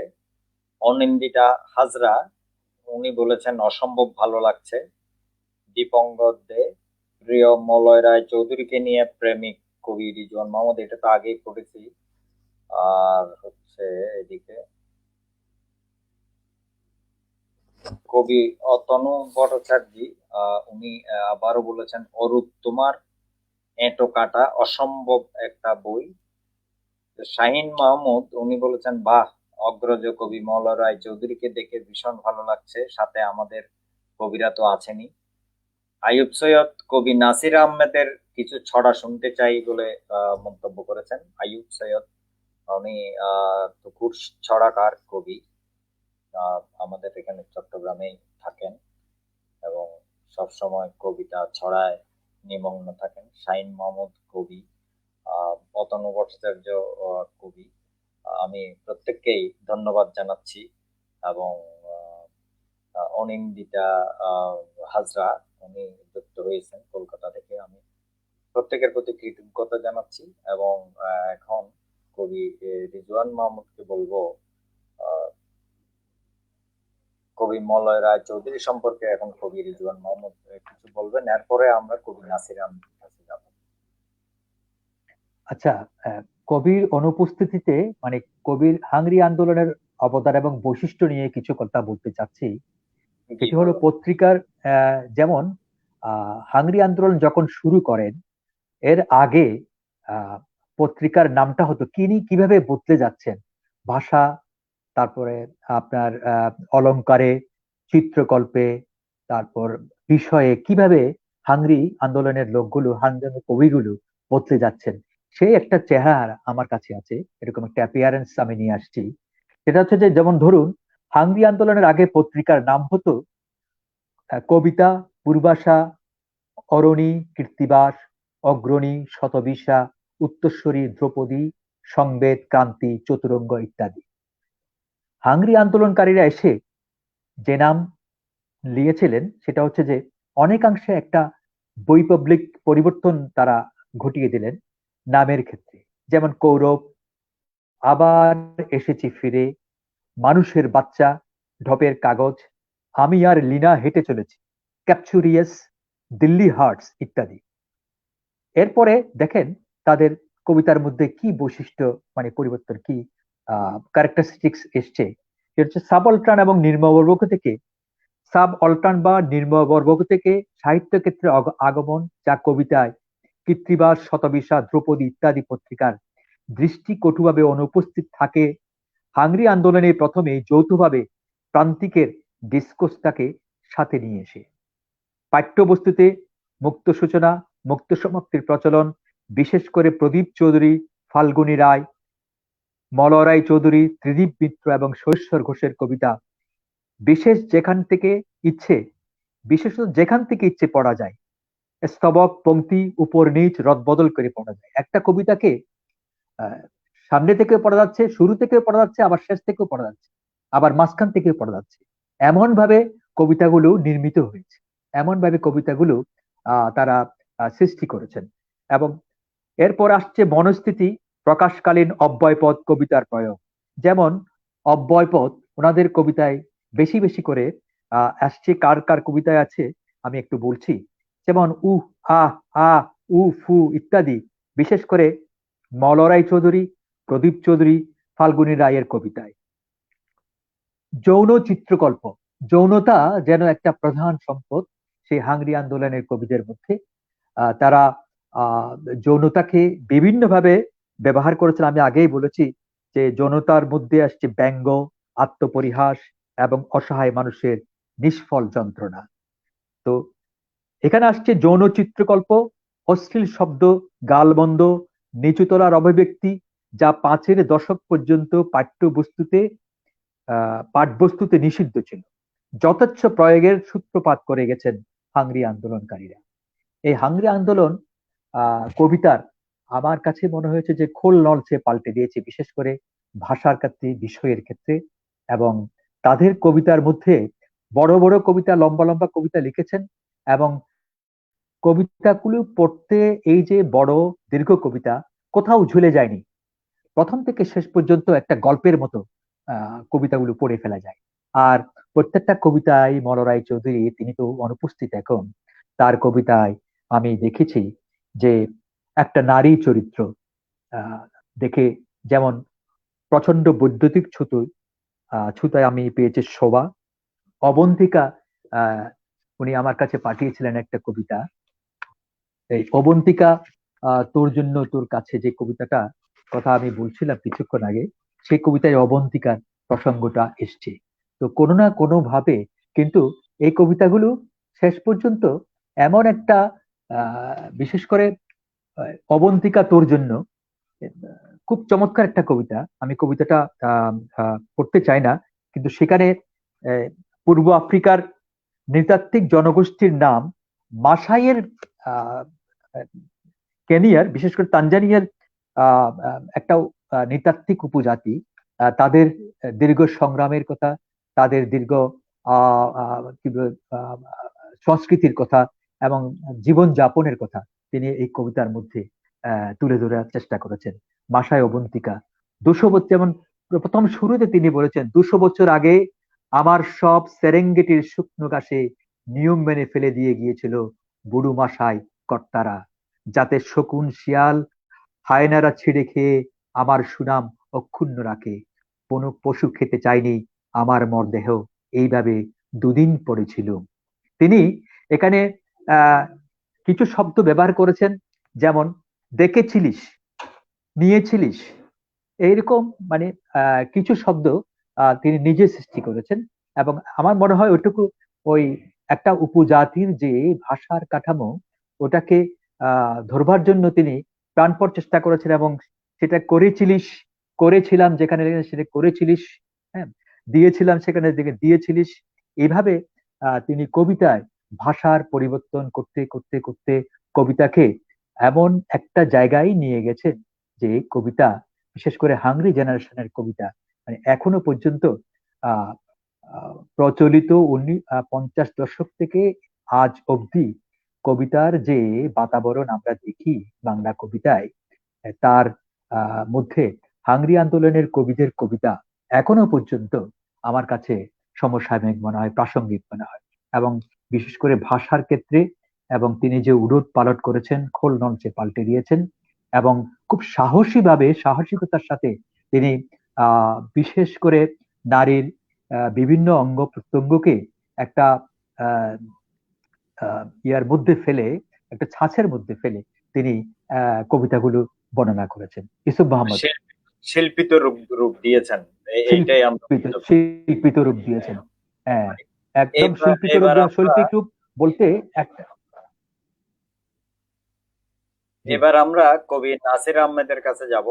যেহেতু কবি আমাদের কাছ থেকে বিযুক্ত হয়ে গেছেন কোনো কারণে, বা ওনার ওখানে যান্ত্রিক ত্রুটি হচ্ছিল বলেছে, এখন অতনু ভট্টাচার্য একটা অনুরোধ করেছেন, দোহা শুনতে চাই।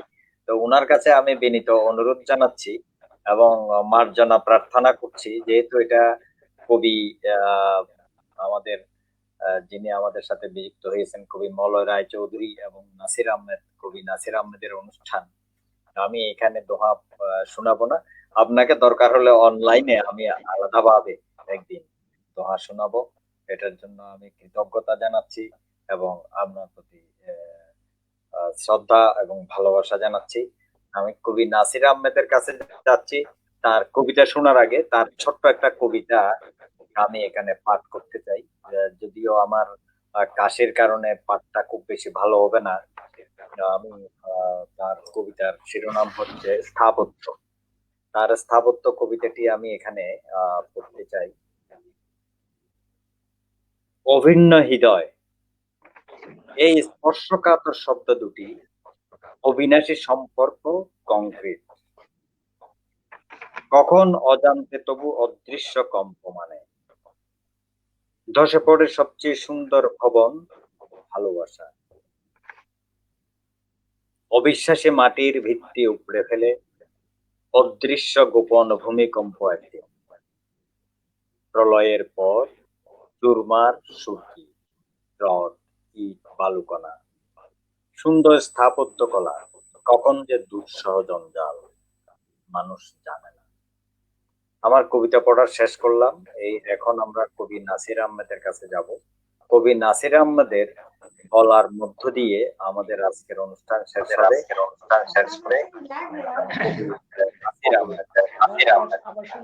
আইয়ুব হোসেন আমাকে একটি ছড়া পড়ার জন্য অনুরোধ করেছেন, সেজন্য তাকে ধন্যবাদ জানাই।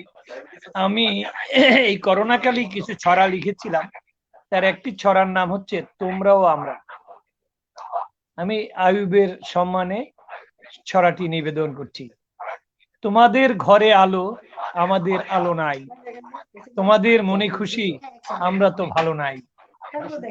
তোমাদের ঈদ আসে কত জামা কাপড়ে, আমাদের দিন যায় অনাহারে ফাপড়ে। আমাদের বাবা চাষি, মাঠে ঘাটে কামলা, তোমাদের বাবারা তো ব্যবসায়ী আমলা। আমাদের বাবা চাষি, মাঠে খাটে আমলা, তোমাদের বাবারা তো ব্যবসায়ী আমলা। তোমাদের চেহারাটা ফুটফুটে ফর্সা, আমরা তো ঘুটঘুটে কালো মেঘ বর্ষা। তোমাদের মায়েদের হাসি খুশি আলো মুখ, আমাদের মায়েরা তো দিন রাত কালো মুখ। তোমাদের লেখাপড়া এই দেশে হয় না, দেশের জন্য যারা কোনো কথা কয় না। তোমাদের বাবাদের কত বেশি ক্ষমতা, শুধু নেই এতটুকু মায়া কিবা মমতা। আমাদের কিছু নেই তবু মনে শান্তি, ঠকাই না কাউকে, নেই মনে ভ্রান্তি। আইয়ুবের জন্য ছড়াটি পড়লাম। আর আমারও ওষুধ খাওয়ার সময় হয়ে গেছে। শেষ একটি কবিতা পড়ে শেষ করে দিই। স্বাধীন ঘরে,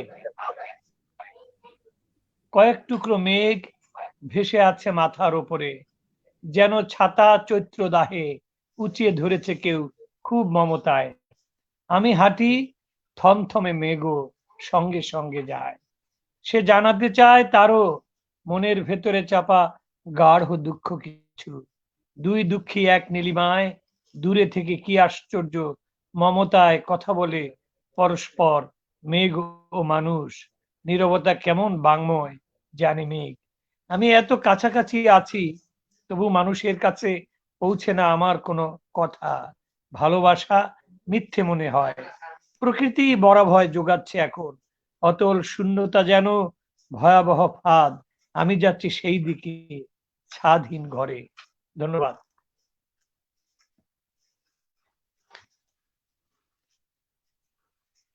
তাইলে আজকে এই পর্যন্তই আমি বিদায় নিই, কারণ আমারও আবার ওই কবি নাসের আহমেদ,